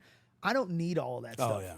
I got a really good friend of mine when his boys were young. He's got 3 boys. When they were young, before sports had really kicked off, and before all that, he had this fucking beautiful, like, I don't know, 32-foot campers. It was fucking cool. One of the ones that like Megatron's out on you, and it's a it all, transformer yeah, and it comes shit, to yeah. life. And I remember the first couple years, man, they would go like 6 times a fucking year, and they were having so much fun and making all these memories. And I remember thinking, that's life. Yeah. And this dude had a great family life growing up. Like, it was one of those houses being poor kids like us went to eat on Yeah. Sunday, whether your buddy was there or not. I was at the Bauer's house every fucking Sunday morning. His dad always made dope breakfast. Yeah. So he and his family were going out all the time. Well, as the kids got a little bit old, he might still own the motherfucker now. I don't know. But as the kids got older and sports were happening 3 times a week, and then every fucking weekend, then you got traveling teams, and now you're really you're really booked. And I talked to him a few years later. I'm like, you guys been camping much, you know? And he's like, I pay for the fucking thing, and then I pay for it to sit in some gravel parking lot somewhere. Yeah. He's like, I don't have time to ever even think about that thing. The tires are probably rotted out. So it's like, there are some things, this podcasting equipment, this was something I knew I wanted to do, so I invested in it. But there are like some things where I think it's fun, but I'm Yeah. not going to go buy all the best equipment for it, because I'm a dude and I like to do a lot of stuff a little bit. Yeah. And so it's like, I think, you know, but there are things that we don't need that we want. Oh yeah. And then, so a lot of it's trouble about that. I want that side by side. Now you start talking. I know. See, and then now I'll just get in yours. Fuck You know what I'll do? yeah. I'll talk you into getting a 6-seater, and then we'll be all good. Yeah. But like that happiness thing, if I can get out of night shifts, I will actually lose money. Yeah. Because I won't be working overnights and the night differentials and shit. Yeah. But my happiness level, I was able to do like a 2-month temporary maintenance gig at my job. A couple months ago, a buddy of mine had surgery on his, what's that, L4 and L5 behind your neck there? Some stuff. Whatever the fuck. He had some surgery on some stuff. In So his he neck. was out for 2 months. Yeah. I was able to do this temporary thing. So that's 4 10s a week. Thursday, I worked Monday through Thursday. Yeah. My happiness level was so high. I got to put my kids to bed every night. Not that I'm one of those dudes that has to read a book to my kids every night, because I don't. But Yeah. I got to put my kids to bed every night. I made every practice. I was like able to do normal people shit in this night shift thing. So what I'm saying is that we came from nothing. Yeah. We came from little. We had enough. And Yeah. for what is worth, being a single mom, like I thought everything was just fine. I knew there was struggle, but she didn't want me to feel it Yeah. all that much. So I just thought it was normal. But like, I'm all right not having a ton of money. You know, my happiness, what I'm pointing to this is my time and my happiness are way more valuable to me at 40 than they ever were. Yeah, and it's kind of funny you're talking about like you felt normal. It's because everybody around you had the same thing though. So that No, was they normal. didn't. Oh, they didn't? No. So for me, like everybody around me was in the same kind of boat. Like we were all kind of poor. So Well, like where I lived on Loyola, right off of North Lindbergh, there was this stretch of, 8 or 10 duplexes. yeah. Across the street were all ranch houses with, basements and pools, and like these people had more than one bathroom, and if you flush the toilet, it doesn't burn you in the shower and shit like that. Yeah, So I didn't know what that was like until I bought my own house. Yeah. It was amazing. all the friends I had growing up had normal like homes. Yeah. And so I was always with friends of mine, and my mom was so appreciative because I had opportunities to go to the lake and to go camping and go fishing with these friends. So she would always find a way to come up with $40 for me. Yeah. And like and she would be, well, you're fucking there. Manners and respect. And so that was something that I have since taught to my kids. Like I was so kids are very well mannered. Very well mannered kids. Thank you. I was so grateful that these people would invite me, but I tried to be good at their house. I didn't want to get in trouble with my buddy, because if you get in trouble, I don't get to go to the lake. Yeah. So having those people around, and then I got to see like how fathers act with their kids, and how like buddies of mine, their dad, like what is it like to be a husband? Because I didn't get to see any of that. My mom got married when I was in 6th grade. She was with a guy named Gary. He's a really cool dude. She was with him for a few years. They got married, and for my 6th grade year, we lived in a house. I lived in one home my whole entire life. It was duplexes until it was a duplex until 6th grade. 6th grade, we lived in this house over in Hazelwood, and then after that, we moved into the apartment that I lived in until like, I don't know, I was in my third, like my mom lived in that apartment until like my 30s. So everyone around me had a seemingly normal life as far as like both parents and married and incomes and shit like that. And I just didn't, but I don't know. I guess you just get used to it. And I remember when video games were coming out, I didn't want to ask my mom if she would get me the Super Nintendo because, and I feel this as a parent now, I don't know if you do, but she didn't want to tell me no. Yeah. She couldn't afford it. Yeah. But I didn't want her to have to, right? I was so sensitive to her, and I knew how hard I knew how much she fucking struggled, and like I knew how hard she worked for me and my sister. So I didn't want to have to put that on her. So I was like that kid. I didn't want to ask for stuff. Like, regular like shoes and shit, and she would make sure I had a baseball glove and like make sure, my grandparents helped out a lot, make sure I had what I needed for sure.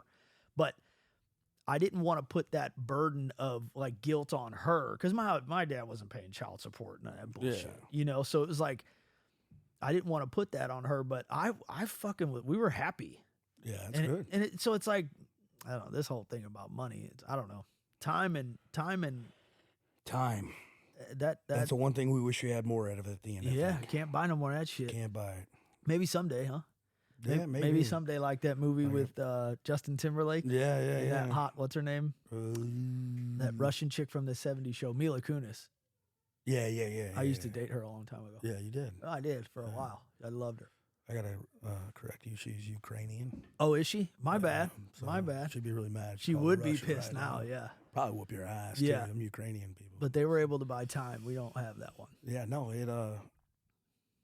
I think it's why I have a different outlook on life. Is because of everything that happened in the military, and we didn't get into Germany in the podcast. No. And them ODing me on Demerol and them to defib me back, and then coming to Walter Reed and mixing medications and having a fucking heart attack at Walter Reed. Let me stop you. Yeah. I asked a friend of mine this when we went to our reunion. Yeah.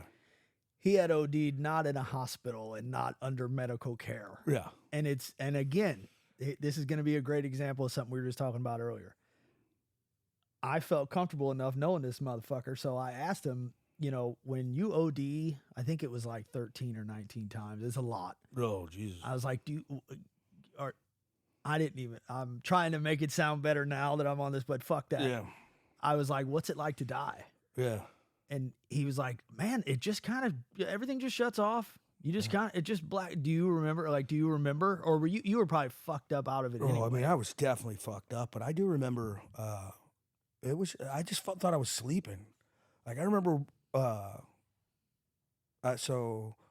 We just went dark. Oh, let's go dark. Let's fucking go dark. Actually, for whatever, this story doesn't get me that much. It doesn't. No, me either, but some people. Just because it's a good lesson for people. Sure. It's a good lesson for doctors and That's nurses what we're here out to there. do. Be careful what you're giving your patients. Uh-huh. So I was having trouble sleeping post-accident. We were talking 48 hours, or 30 hours later after I get blown up. Tim got blown up. Yeah, I got blown up. If we haven't mentioned it yet, I'm missing my left hand. Part of my right hand was ripped in half. No. Right hand was actually worse, huh? Yeah. So we've mentioned it, but don't be a crybaby. Yeah, no, I know, man. Just carry on with the story. So 48, Germany. I don't know how many hours were after, but it's easily within the first 3 days, 2 days. And every time I'd go to fall asleep, I'd have a seizure, basically. Now, are you awake? Can you feel any? Do you have any? I'm full conscious. Okay. I'm talking. I'm not moving around, but my hands are wrapped up. I got nerve blocks in my arms and stuff, so my arms don't work. So really. you're conscious. But I'm conscious, and I'm having a lot of. I didn't even have nerve blocks in my arm yet. So but I'm struggling with pain management and sleeping. I was having some seizure, movements every time I'd go to sleep. I would jolt, and to this day I still do it real bad. Yeah. So they kept trying to calm me down, give me Demerol. Next thing you know, buddy's getting up to go to the bathroom. We talked about West Night previously. Gets up to use the restroom. And he's like, "Oh, that's cool. He's sleeping." He comes back and he's like, "Is he sleeping? I don't see him breathing." And, came over and checked on me. And I wasn't breathing. Everything. Doesn't the machine go off? You would think, and that's what it does. That's what happens in the movies, right? Doesn't the tinnitus machine go off? Yeah, that's what happens in the fucking movies. But I think we just got to Germany, and getting checked in and everything, and you're coming from a combat zone to Germany. It's not like they were. I want the fucking machine hooked up. Yeah, I don't know if I wasn't hooked up or what the fuck it was. Anyway, so. And next thing I know, I'm being defibbed back to life. I thought I was just sleeping. I was kind of pissed off. I got woke up, is the way I remember it. And people are standing over me, and everybody's like, "Oh, did you see the light?" I didn't see shit. I just thought I was trying sleeping. to fucking sleep. Yeah, I kind of looked at it as I was sleeping. I didn't see anything. It was dark. Like I was sleeping, and then it was very, very bright. But it's not because I was going to heaven. They had a fucking light right above my head. Yeah, you weren't going to heaven. Right in my face. Oh, sure. fuck no. That's Oh, that's out. So no, that was out the door. don't plan on that. No. If you needed me to clarify, Yeah, no. it's not. Don't worry. The elevator is broken, sir. Yeah, St. Peter's like, "Ooh, you got this far?"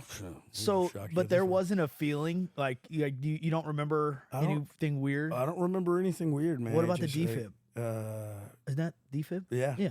No, I Did don't you remember. remember the clear? I just remember. Oh shit! Here Really? I am, You I'm just- awake. Oh, So it's like a What's sleep going on? apnea Yeah. wake up Yeah. feeling like. yeah. What's going on? Why is everybody standing around me? So then they told you that you OD'd. I mean, maybe I would not tell you that. If I fucked up and gave you too much Demerol, I might be like, yeah. I don't remember how it came out or who told me or how it went down, but when they're standing over there with defib or with paddles over you and they're all looking at you fucking sideways, like I hope this dude wakes up or my My license or whatever. license is fucking done with. Yeah. You kind of get an idea.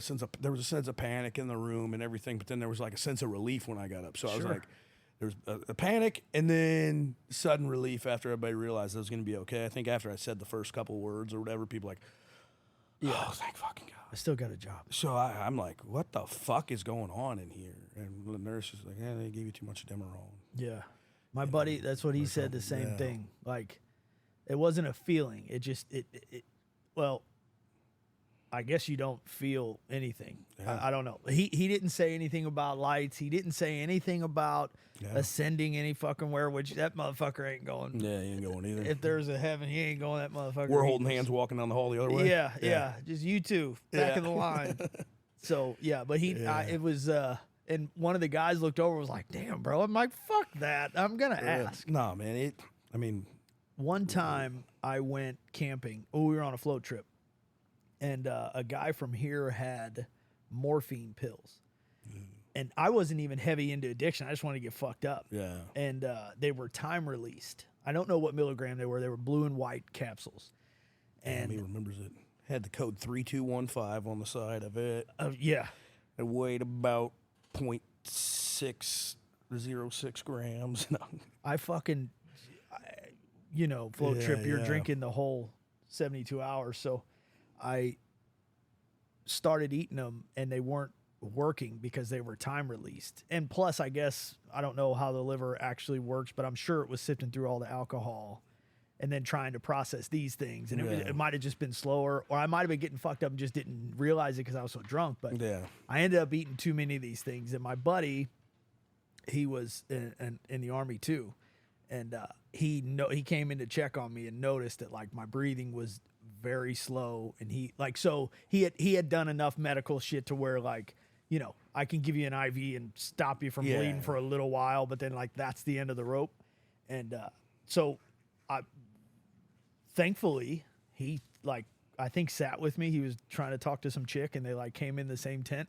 And I think he told me that he sat with me all night and just kept checking my pulse and shit. And it's like when I woke up the next day, I felt terrible because now you've got all these things in your body and like it felt terrible. But when he told me the story of how slow my breathing was, and I'm like, you fucking idiot, you just got home from this thing not that long ago. And like, you're lucky as fuck to be here anyway. And now, like I said, this was before my addiction. Yeah. So this was just a party drug, which it is not. It is not. So you will- got your hand blown off drug. Here's morphine. It will fucking kill you, And my heart was like shit. slowing down. It was fucking. I remember being scared. I mean, obviously it didn't scare me enough because years later I was snorting the fucking things, but it was scary to think like I had no clue. And you got all these kids. Have you ever heard of a Skittles party? Oh yeah. Just throw them in a bucket or a bowl, and they just grab pills and take whatever. You just pass it around and That's take. so fucking stupid, Dude. And apparently, what the kids were doing, this was way past you and I's time, but like these are high school kids. Yeah. And you go home, we both go home. If there's anything in our parents' medicine cabinet that says may cause drowsiness, that's like the indicator of okay, take 3 of these. Add alcohol into it, and Right. you're gonna feel nothing. You're gonna feel nothing. Yeah. So then somebody's older brother might have given you a couple Molly's or whatever was in this fucking bowl. Yeah. But all these kids skip school, get alcohol, and then take a pill. You just pass it around till the bowl's fucking empty. So you can even antidepressants. You can only imagine. Anti-anxiety pills. Boner pills. Fucking all kinds uppers, of shit. downers, in betweeners, and then like these kids are just fucking dying, and they're doing the toxicity on them, and going, why in the fuck would anybody? Well, so obviously the story came out, but these kids were all fucking dying from taking these things, and it's like, I don't know, man. It's so easy to take for granted, and coming from a former hardcore drug addict, like you just. It can all go away so quick. It can happen so quick. And I was so down and addicted that it never, I mean, that might have almost been welcomed at some times. Like going through withdrawal, for sure. It was like fucking anything's better than this. You know? It was fucking painful. And like I remember I thought one time if I stayed in a hot shower long enough, it would wash away the withdrawal. Because, like, dude, you're fucking... Did you ever go through... No, just kind of like when we were talking about earlier about after I got out of the hospital and just dumped everything. Yeah, I had a withdrawal because it's been 2 months on... Almost 2 months on Dilaudid, morphine, Percocet, right, Vicodin, all kinds of shit. That was the only time I've ever had any withdrawal symptoms. You made a good decision. I was only going through withdrawal because I either ran out of money or there were no more pills or meth or whatever. I had plenty left. Right. 500 Dilaudid, 500 morphine, 500 Vicodin, 500 Percocet. Dude. I mean, I had. You know what the street value of that? Oh, that's what everybody. I'm joking. I know, man. People were pissed. I mean, you know, one of my best friends at the time, his brother was a big addict, and he like, "What the fuck? I would have gave you, you know, $500 for that." Other guys wanting to give more. Like, it was crazy, dude. Yeah, Dilaudid was it was just too good though. I knew I had to get rid of it. Yeah, that was the worst. I think that was the worst pain I've ever felt. When you get your hand blown off, and life feels good. Holy fuck. That's pretty cool. Yeah, like holy shit. Yeah. You know that there's something in there that should not be in there when you have, you know, your hand blown off, your other hand blown off, your jaw's fucked up, your head's fucked up. Like you're just your whole body hurts. You've damn near bled to death. You've OD'd. You've had a fucking heart attack. You've had all this shit, but then they give you Dilaudid and it feels like you fall into a pool of fucking puppies. And, you know, and you just feel like you're floating in the sky and everything feels great and nothing hurts. And scary. You know, it is, I was terrified to get addicted to that feeling. I remember I was so anti-drug growing up, you know. I was too. And I looked at my mom, and when we were in the hospital, and I remember saying to my mom, I said, I think I know what heroin addicts go through. Yeah. I think I understand heroin addicts now a little bit better because I was always so anti-heroin. You grew up in North County, you know, heroin, people dying of heroin. You know, it was so prevalent. And for me to always be like, what the fuck are these idiots doing? Do they not see everybody dropping dead? Do they not look, you know, these guys can't even fucking stand up straight. What the fuck are they doing? And then, you know, you get your hand blown off and they put Dilaudid in you and you feel like you're doing everything great and the world feels amazing, but you can't even fucking speak a single word. And I call my mom and my, you know, wife now and I'd call Tara and be like, my hand's in the TV. And you're like, what the fuck are you talking about? Yeah, don't move. Yeah, I'm fucked up on Dilaudid. That's what I'm talking about. You know, it was incredible. So dumping those down a fucking toilet was just, it made... We might not be sitting here had I not. I mean, that was a lot of fucking pills. And for sure. To do it less than 2 months after I got injured, and everybody thought I was crazy. Jokes on them. I am crazy. It's just, I can still survive in society somehow. Yeah. I spoke about it on the podcast at the Veterans Museum. I know now that I knew then even. Did that make any sense? Yeah. Okay. I knew if I did heroin, because I knew if I snorted it, I don't have a problem with needles. I knew I would start shooting it. And I am the emotional type of person that if I'm having a good day, I might shoot more. If I'm having a bad day, I'm definitely going to shoot way too much. Yeah. I know I would have died because I knew how much I liked painkillers. Yeah. So like I knew, and it's so available. You know, it was so fucking available and frankly a lot cheaper. Financially, it would have been a good call. Yeah. I can joke about it now, people. Please don't think that I take any of this lightly because I do not. I am so lucky to have my life or not be in prison but this is my way of dealing with my own personal tragedy. But dark humor, get used to yeah, it, people. Yeah, this is it. But I knew that I would like heroin. Yeah. Like you have to, right? If I like these fucking oxy so much, I've got to like heroin. I've said the same about coke my whole life. I would never try coke, and I mean, I never really did any hard drugs, anyways. But I would never try coke because I knew I'd like it too much. Dude, I remember Rip Fuels and yeah, Rip It pills and energy drinks overseas, and Yellow Jackets and all that stuff. Driving across the country, you know, taking Yellow Jackets, screaming heavy metal till my heart's about to fucking explode at 100 miles an hour. Yeah. I'm just wired like just wound like a top because I'm on all these fucking speed pills that are so common among us veterans. Yeah. That's why a lot of guys, I think that's why they turned to cocaine. Well, if I liked speed pills and they were allowed to be passed over the counter and they were selling them, you know, back then with ephedrine and shit in them, how much am I really going to like cocaine? Yeah.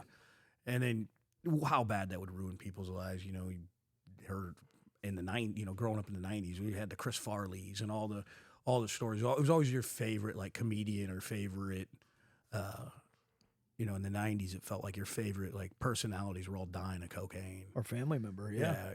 Yeah, I mean, I've had family members when I was in the military, you know. Well, if it wasn't that great, that many people wouldn't be doing right. I mean, like, I'm saying the feeling that it gives. Exactly. You know, obviously the outcome is, you haven't heard of a ton of people that are like, I just been doing coke for 30 years. I'm retired, loving life. It's so good. It's amazing. No, generally doesn't happen that way. So it's like, but fuck, man, when you do it, what it says to your brain, or meth. I mean, meth that was my jam. I'm a very 0 or 100 person. I either want to be podcasting with you right now or upstairs taking a nap. Yeah. Or working out. But there's not a lot of in between, like, gray area for me. You don't want to just sit back and relax. No, go, not generally. Yeah, so I noticed that about you. That was and that helped with that didn't help. That made my addiction stronger.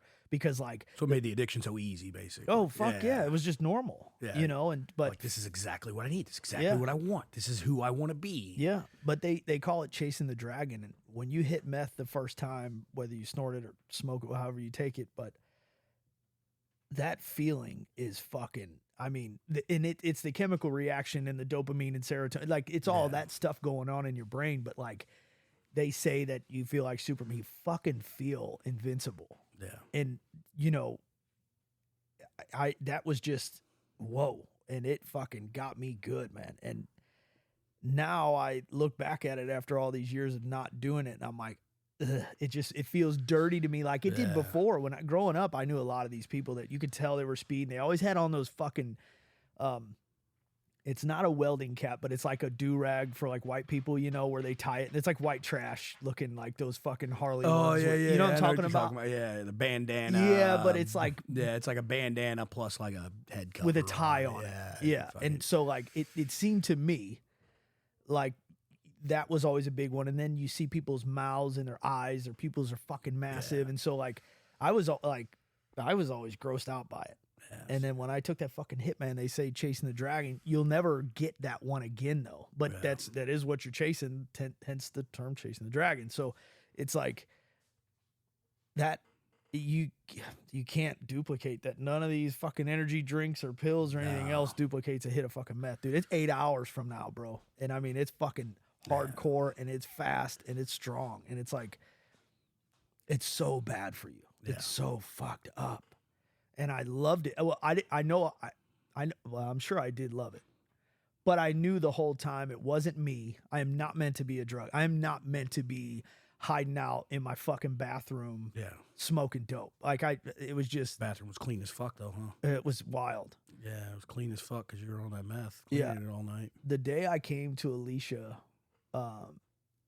this was rock bottom. The day I came to her, like, I had little secret compartments up under my like my bathroom sink and shit to hide all my stuff in, and then, like, downstairs I would be up in the floor joists and had little places and shit. It was fucking nuts. But the day I came to her, I got all my shit and she was sitting at the kitchen table and I put it all out on the kitchen table, and I mean, she was like, what the fuck, you know? And I'm like, this is going on. She knew at this point, like she knew I was fucked up.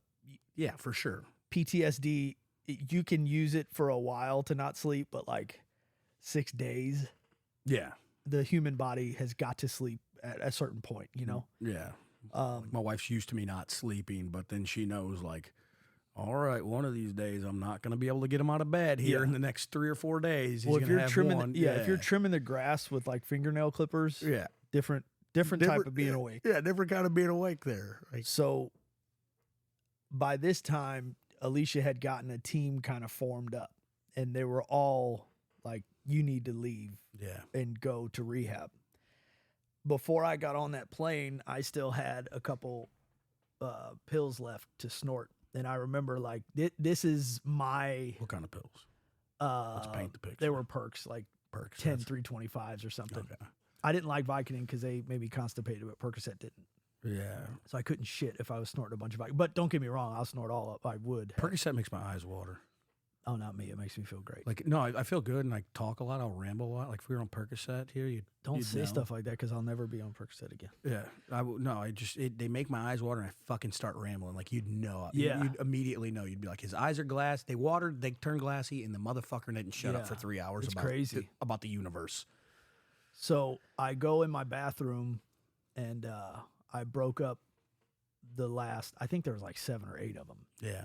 This was like breakfast, 7 or 8 perks, and then I had like a whole menu for the day that would keep me going. And then I wanted to be high at this point, low at this point, high at this point. Yeah. I went in and broke up the rest of them on the on this counter, like the sink, and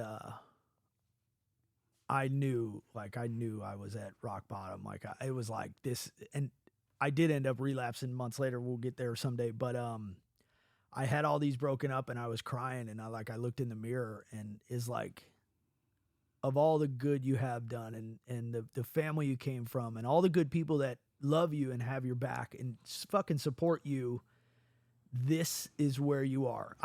She was packing for me. I'm pretty sure this was that same morning. She was packing for me to get on a plane. She was going to be taking care of my kids, not her kids, my kids. Not her kids, I was getting ready to say. Taking care of my fucking kids while I went away for 30 days down to Florida to a fucking treatment facility that I got into for free, thanks to Cheryl Reed. If you ever hear this, thank you so much. Were you guys married at the time? No, no. I didn't think we were so. just like dating for like a year, dude. Now, I'd known her for a long time, so I wasn't leaving my kids with a stranger by any means. No, I know what you But mean. I probably wouldn't have given a fuck if I'm being really honest with you. I would have left them with anybody because they were better off with somebody else than me. Better than, Could have been a fucking mailman. Yeah, I get what you're saying. So I got all these things broke up in this fucking monster rail. And I remember a teardrop fell into my line. And there was this part of me that was like, motherfucker, you can't snort that. And then there's other part of me that like, fucking watch me. wow, isn't that the perfect portrait of who you are right now? Yeah. You know, you're like, you're about to get on a plane to go get clean. Yet you still have to snort these last few pills. Then you're fucking crying because you've devastated your life and fucking embarrassed yourself and ashamed your fucking self and all this other stuff. This is me thinking this way. And all these other things. And you got this fucking woman in there who actually cares about you and these kids that deserve you and need you. And so it was like this metaphor for like where life was, right? So you got this line of powder that your brain is telling you makes you happy. You know it doesn't. You're under no preconceived notion that you're actually happy. You know you're fucking miserable and you have been for a few years. But you'll feel good for an hour. Right, maybe. At best. But even that didn't stop me from snorting this fucking thing. So I went through all these emotions about who I am and where I've come and like what I'm doing in this bathroom and where I'm about to go on this plane and who this person is. And then it still went, do it anyway. Yeah. And it's like, what a fucking, that thing where something is something, but it's the exact opposite at the same time. I can't think of the word, but like what a thing. And I fucking snorted. Paradox? Yes, that's exactly what I was trying to think of. What a thing to... Thanks, G.I. Bill. See, I heard that on The Departed. Yeah, it's a good movie. Jack, when he said it's a paradox. Anyway, like what a weird whole description of where you're at in your life right now. Yeah. You know? It's it's a journey that's not even done. Like it's funny because when you talk about sobriety, and I love talking about sobriety, and I love how we can have these candid stories. And you know, I've had these conversations in front of people that don't know you, and Yeah. and you know, some of my friends that you've been over at the house, and you start talking about, you know, smoking ketamine with porn stars, and guys start looking at you like you're crazy. She and wasn't a porn star at the time. and other guys are now interested and want to hear your story, Right. you know. And I think one of the major problems is like this conversation that you and I have had, where we have told some dark jokes, and we've only apologized because it's recording. You know, like we would have never even thought twice. And it's not even real apologies. Yeah, and we wouldn't even thought twice of even being like, oh, you know, trying to explain that. Like I understand you're going to joke around about doing meth, and like, Yeah. that's how you get over that shit, is Sure. having these conversations and being able to admit, like, fuck, it was good, but I know I can't do it anymore. Right. Fuck that, felt like shit. Like, but therapists don't want you to say that. They don't. Oh, no, don't focus on the good part. Don't look. I can't block out like why I got addicted to this. What Yeah. it was like. If I'm ignoring why that ever happened, I'm saying no, it wasn't ever good.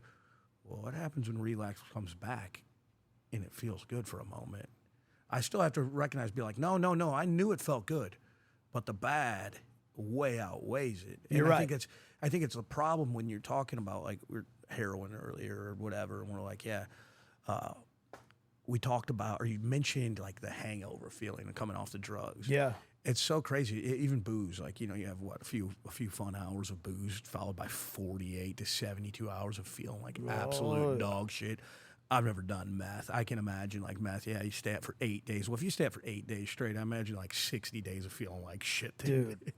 You know, it for whatever reason, but we're willing to put up with the long-term effect for those short-term gains. And I think it's just kind of society and people, and it's just so easy, and we're always looking for this way to make life easier. I think it's kind of the moral of the story here is life is hell. Going back to talking about like mental health and health. Yeah. Right. You were talking about like that was a name you wanted to go with, and it's like, just understand that some parts of life are going to be hell, and you just got to walk that fucking journey. You got to do it, and there ain't anything that's going to make it easier. No meth, no fucking Dilaudid. You got your hand blown off. Dilaudid feels great and all, but when the fucking Dilaudid wears off, your hand's still gone. The pain's going to come back. We were talking earlier about pain, and I said, you know, I don't think pain ever goes away. I just think we get used to it. Sure. And so, you know, we take medicines to disguise it, you know, or hide it. But at the end of the day, you come off that fucking medicine, the pain's still there. Yeah. You think you got surgery and you take, you know, you're like, oh, I took Vicodin. I don't have any pain. It's like, bitch, they still cut your skin open. They still cut through nerves. They still cut through this. They still cut through that. Yeah. Like, you're going to fucking have pain regardless if you take the Vicodin or not. It's just when. Yeah. Do you want the pain now or you want the pain later? And we're so okay with being like, I'll take the pain later for the gratification now. Yeah. It's a dangerous game we got to look out for. Sure. But I think that's where my whole outlook on talking about it and being open, because like I'm a little bit too open sometimes. Like I'll meet somebody, and if they throw out like a keyword that I know, not necessarily that they're looking for that conversation, but at least they're like receptive to it or could understand a little bit of it. Like I try to be as transparent as I can about it. I think to remind myself, but also, and that's a big part of this podcast, is like trying to help someone, you know, because the only way you could learn how to do something is from someone who's done it. Probably. I mean, okay, somebody could read a book and have never been to Mars, but they could tell you all about Mars. I understand that. But like when it comes to drug addiction, you know, specifically, it's a tough thing. But when I was in the middle of what I was about to say, I don't know if it is even valid, because when I was in the middle of mine, there were plenty of people telling me that this is bad for you. I just wasn't ready to hear that. You know, I don't need that. That's not what I need, and I don't know what I needed. And I said on one of those podcasts, like again, a fucking paradox. I said I wanted to feel something, but then I think a couple minutes later I said comfortably numb. Yeah. And I don't know if those are the same, or I don't know if they can be used in the same context when it comes to that. But what if it was both at the same time? Yeah. And who fucking knows, you know, when Well- you're in that brain space, like, numb is a feeling if you've only ever I felt guess. pain. I guess If so. you only feel pain, you don't want to feel good. You just I don't want guess. to feel the pain. Yeah. You want that numbness. So I get the paradox there, going back to that word. but it's not a way.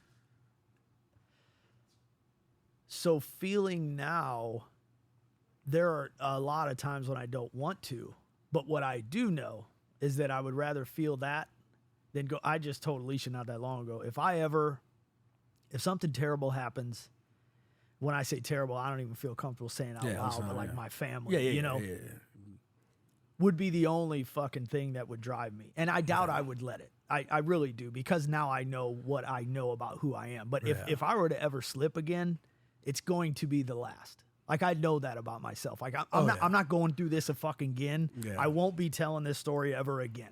This sobriety and like off of Schedule 1 narcotic story. I won't be telling it again. But that's like fear enough, you know, because I'm telling you, since I made that decision, September 21st, 2017, since I made that decision, there hasn't been a day when I'm like, you know what would make this day better? Is a fucking glass full of speed and fucking blah, blah, blah. Yeah. I just like, I had to go through that. Yeah.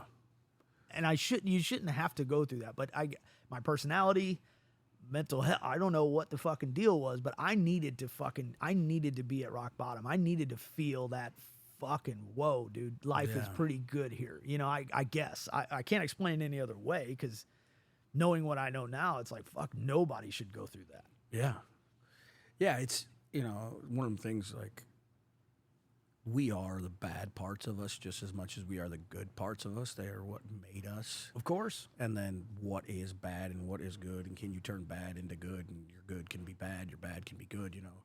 You're wanting to do good by the world, and you're raising all this money for all these people, and then you get obsessed with money, you start taking cuts and everything. All of a sudden, your good became a bad. Yeah. Where, you know, you were bad, your bad part of you, the addiction portion, kind of made you the good person you are, though. And same thing with me, like, I think so. I think, you know, the beating and abuse and the shit that I've been through, that I've taken through life, whether it's from, you know, father or, you know, the world or war or, you know, whatever it is, whatever beating I've had to take throughout this life, well, it made me who the fuck I am. Yeah.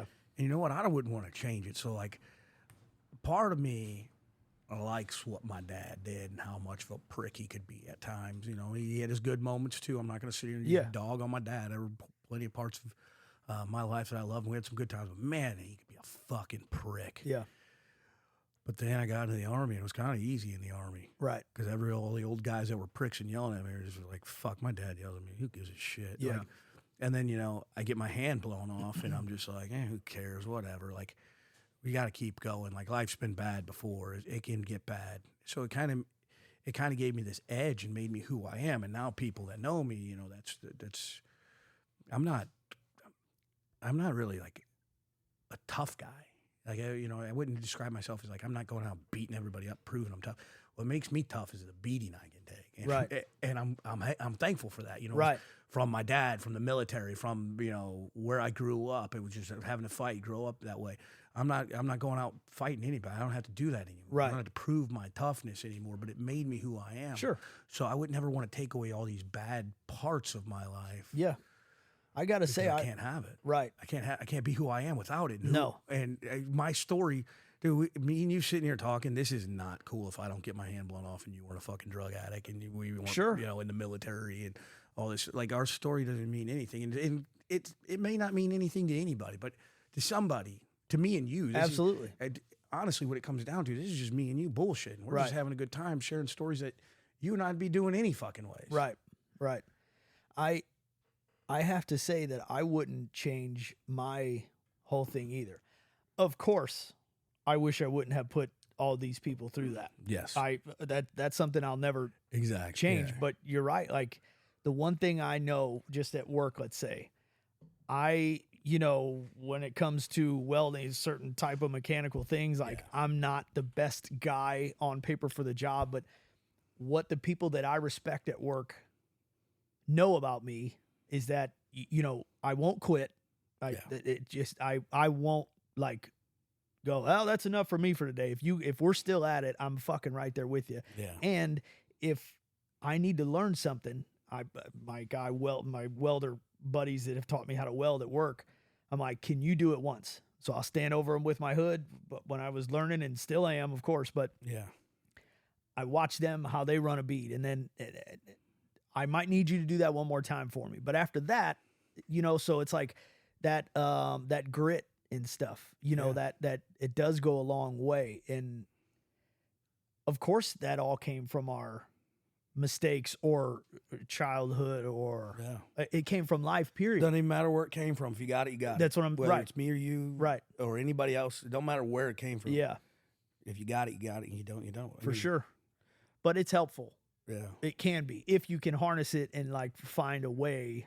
It can destroy you. Yeah. Or it can be your everything. Yeah. It can be like I said, we could have let all this stuff destroy us, whatever, but I make a living off of the bad things that have happened to me. Yeah. And we're not talking about this podcast. It's just in general. Right. My job, I wouldn't have it without the bad things that have happened to me. For sure. Everything I owe to kind of the rough upbringing and the non-easy way of life that I had. I don't know that anybody actually has an easy way of life. I don't know. I wouldn't even know what that is and what that exists, because boring. When you get into people's minds, it don't matter. Like, it's so funny, like the way we grew up. What was the first thing we did, though? We were like, all right, we want to get in a nice neighborhood. I want my kids to have a nice place to live. And dude, St. Charles County means you're rich. Yeah. And then now I like look at my kids, and my kids are like trying to act tough with me. And I'm like, bitch, you ain't hard. You little suburban softy. Yeah. Shut up. Yeah. And it's like, we're almost doing our kids a disservice by being softer on them, but we don't want them to grow up like us. So here comes that paradox. Right. Right. Overusing that title word of today. It's funny because I gave credit to the GI Bill. I think I learned the word paradox through Clive Barker. He was a horror writer. He did the Hellraiser series. He wrote Hellraiser and all that stuff. I learned that word from Hellraiser, I believe, is where I learned paradox. I heard that word and I had to look it up because I'm like, what the fuck does that mean when I was a kid? Yeah. Like I said, I learned it from The Departed. So I guess it doesn't matter where you get it as long as you can somewhat use it correctly. Yeah, that's what's funny. You learned it from Departed. I learned it from Hellraiser, and I'm giving credit to fucking college over here. Like they did something good. Shut up, college. You didn't teach me anything like that. I think about that with the kids, and I don't know if I should say it or not.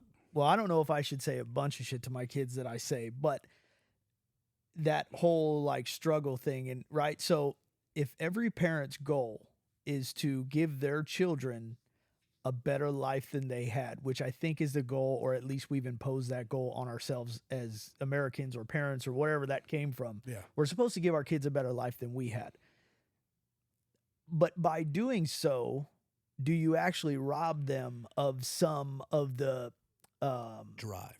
Well, the drive, but the fucking the rat sense of survival, and like the fucking cockroach where like you can take all this shit away from me, you can take this fucking house from me and take me right back to poverty, I'm still gonna find a way to hustle myself out of it, and I'm still gonna be productive and like all other shit. So I don't think we're robbing them of that, because those lessons and all that stuff that we learned, we're instilling it into them. But it's like they get it with Nike fucking whole sweat outfits and fucking, Lululemon bullshit. And it's different, because no matter what, you can't falsify or like create that bit of hardness for your children. Like, nor do you want to. Yeah. So it's like, if you want your kids to grow up and have a better life than you, they gotta have some sort of drive. Well, for us, the drive was, we had a shitty life. We want a better one. Sure. Right? To get across that bridge. Exactly. It was like, damn, everything's greener. The grass is definitely greener over there. We've seen it. Nobody's lying to me about the grass being greener. I've fucking been there. My it's rich family greener. And so we seen it, we felt it, we wanted it, we tasted it. So then we have this drive, and then when you actually accomplish a better life than your parents, which I don't think anybody would argue that we're living better than our parents Of course. did. And that's not a shot at our parents or anything. It's just, hey, we hard work, and we did, vet privilege, I guess. Yeah. You know, joining the military. You know, I was just it's circumstance. It you doesn't know? even matter, Yeah, right. There were so many circumstantial things that made Right. it easier for me to raise a family than it was for my family to Yeah. raise me. You know, but without having that hard life, I wouldn't have desired this one. So then now I'm giving my kids an easy life. So they're not going to have the desire to do better than me is my biggest fear. But I also think their kids are smarter and more resilient, and when fucking puberty kicks in, everybody's life sucks anyways. Like, Yeah. I think the reason why teenagers all suck is because they all get sex hormones and don't know what sex is and have no idea, or they're trying to get it and can't get it, Yeah. or whatever. You know, you getting testosterone and estrogen flying through, you have no idea. Like, you're just so fucking confused, and everybody hates you, and you look funny, and guys are getting way bigger than other guys, and you're fucking getting acne, and, you know, women are growing boobs and the other women don't grow them. Like, everybody has whatever their hardness is, like, they have something in their life that makes their life hard. Yeah, it's on its way. You just Yeah. might not have met it yet. Yeah, it's just some of us have harder shit than others, and that's what I was talking to a doctor this past weekend. Play hockey with him, great guy. He was talking to a buddy of mine about struggling with mental health, and I had to tell him, like, look, doc, I'm not trying to be disrespectful and question you. I didn't say all these words, but I'm saying these words now. I wasn't trying to be disrespectful and question his, doctor's opinion, his professional opinion. Right. But I was trying to explain to him, like, hey, at the end of the day, someone's got some fucking darkness that goes so deep. No matter how much therapy, all that shit, it doesn't, there isn't doctors on the earth that can take it out of you. It's just ingrained into you. Yeah. And it's just how you deal with it, Right. And unfortunately, doctors, pills, it can't help. We gotta do this. We gotta talk to each other. We gotta, somebody could listen to this and then be like, man, if I had those guys in my life to talk to, it would help. Or just to know they're not alone. Yeah, to know they're not alone. Or, like, some people just need somebody to talk to. It doesn't have to be a fucking doctor. They just have to feel a like-minded person that they were like, you know what, I relate to that person. How often does music feel like it's written for you? Right. Or a movie character felt like he was written about Yeah. you? That's true. Because we're the star of our own life, right? For sure. I don't even know what I look like. Yeah. Because I use a mirror, and that's two-dimensional. I'm Yeah. three-dimensional. Yep. So I've never seen the three-dimensional form of myself. I don't know what I actually even fucking look like. Right. So I'm the star of my own fucking world. I'm the star of my own life. I don't know what everybody else is in 3D. I'm the only person I've ever seen in 2D. Yeah. Not the only person ever, but you get the idea of what I I'm hear saying. But so it's so easy to be like, these guys relate, or I can relate to that story. But then you can relate to a story and none of them people are around you. Yeah. There might be somebody in, bumfuck Arkansas or bumfuck Missouri or Yeah. wherever, middle of Denmark. I was talking to these guys from Denmark, middle of Denmark, that nobody's around to talk to. That can't relate. These dudes from Denmark that were fucking in Afghanistan I'm talking to, sharing the same stories that we're sharing. Yeah.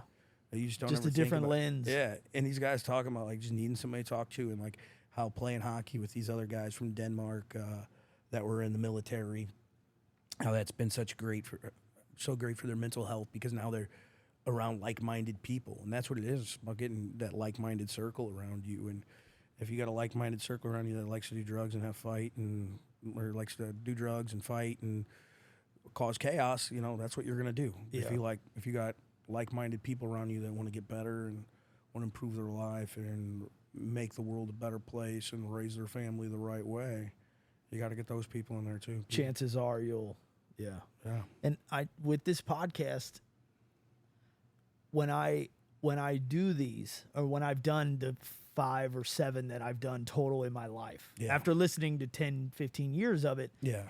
I still go into it very positive, and I feel creative, and it's like this thing. But I know that comes along with, and I'm talking to all you people, I know that comes along with, like, finding my voice, they call it, right? Yeah. And so I think this was good, just as far as you and I going back and forth, because I don't want to always come off like this positive dude, and No. all like too much, right? Because there's a lot of that false positivity out there too, and I would never want to fall in that thing. I just went through my own little depression thing a couple weeks ago, and it's like it fucks me up still a lot too. But I guess my whole goal, and in the description of PJ Sun podcast, is have some fun and try to help people along the way. And it's like,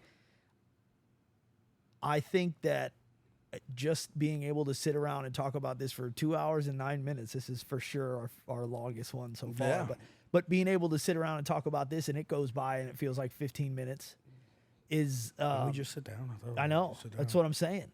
It's like, that thing, like I don't have to always be positive, but if I have an outlet, whether it's calling you on the phone or calling Gomez in California or whatever the thing is, it's like you can sift through that stuff enough to get through the day. So I always use this thing on these where if for some reason you want to hear my fucking voice while you're cutting the grass and be able to just vibe out for a few, like that would be a huge accomplishment for me.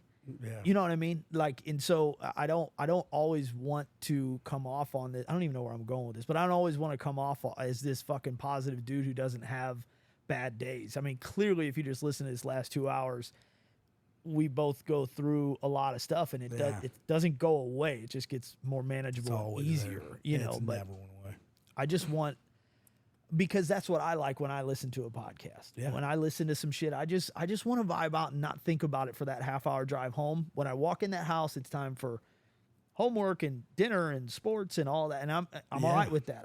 I'm prepared, but on that half-hour drive home from work, I just want to fucking go and just laugh or whatever. Yeah, and I think you know, if people are listening still or ever, you know, I think you kind of get the sense that this is how all of our conversations go. If you listen to the last podcast, you're like, man, Dom and Tim just sit back and relax and they can just go on and on about all these hard things and they like have a good time with it and they laugh and joke and everything. But, you know, I don't think people, what they don't see is the other conversations we have, the hard conversations, the fucking I'm fighting with my wife, my kids are pissing me off and I want to fucking, I hate the world and I just I can't do this anymore. Or, you know, you know, my body pains are too much and the fucking brain damage I've been through and not being able to remember what I did yesterday and waking up and my hands don't even work. I'm just, like this morning, like waking up and the amount of pain I woke up this morning for no fucking reason. You know, we're not talking about that. So I think that people would think that we're always positive, but there's plenty of negative that goes on. And we got to it on the last podcast. It's like if 99% of our life is if 99% of post-war is positive, man, that's 3-4 months of negative, you know, bad times. I've definitely had 4 months of bad times in the last 18 years. Hell yeah. I mean, we've talked, you know, we mentioned, you said a few weeks ago, I've said, you know, back in June, I was going through some things. We'll get into it one day, I'm sure. Yeah. You know, I got you. We'll talk about that. You know, one day I'll get into that stuff with other people. Right now, can't. It's just it's one of those things that you just kind of I gotta figure out. I gotta work things out in my head. I gotta work through my own things, and before I'm willing to discuss with that. And I think people don't see that side. And when you're always putting this, you know, positive face forward and you're finding your voice, it scares people to show that side of them. Sometimes because they always want to be the positive person. They always want to be that person. And I think for me, that for a lot of guys around me, I've always been a guy that people could come to in their dark moments. Yeah. And that makes it tough so you got to be careful about being that positive guy because then everybody always brings you your dark shit. For sure. And that's rough. For sure. You know how many guys have come to me and been like, dude, I had a gun in my mouth. Yeah. Do you know how many guys I've told that? 0. Right. Am I saying it's never happened?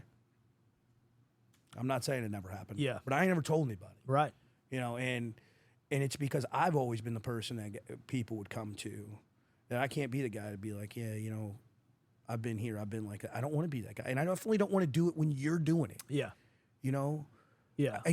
you don't want to be the guy, like if a guy comes to you and be like, man, I had a gun in my mouth last week or yesterday. And you're like, well, last week I had a gun in my mouth. That gets back to what we were talking about, what we hate about the military. Exactly. And it becomes a measuring contest. So with that positive voice comes a little bit of a weight on your shoulder you got to carry. So, I am glad that that's not all you want to be, that we will get dark, or you will get dark, and you will, have bad days, and you got to be able to come in here and be honest in those bad days. Yeah.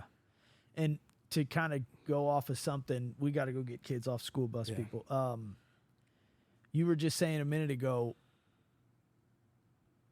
if whomever, that was correct English, whomever, pretty sure, don't quote me, dude, is listening, can't relate, hopefully what you and I have just done can help them help somebody else, right? Yeah.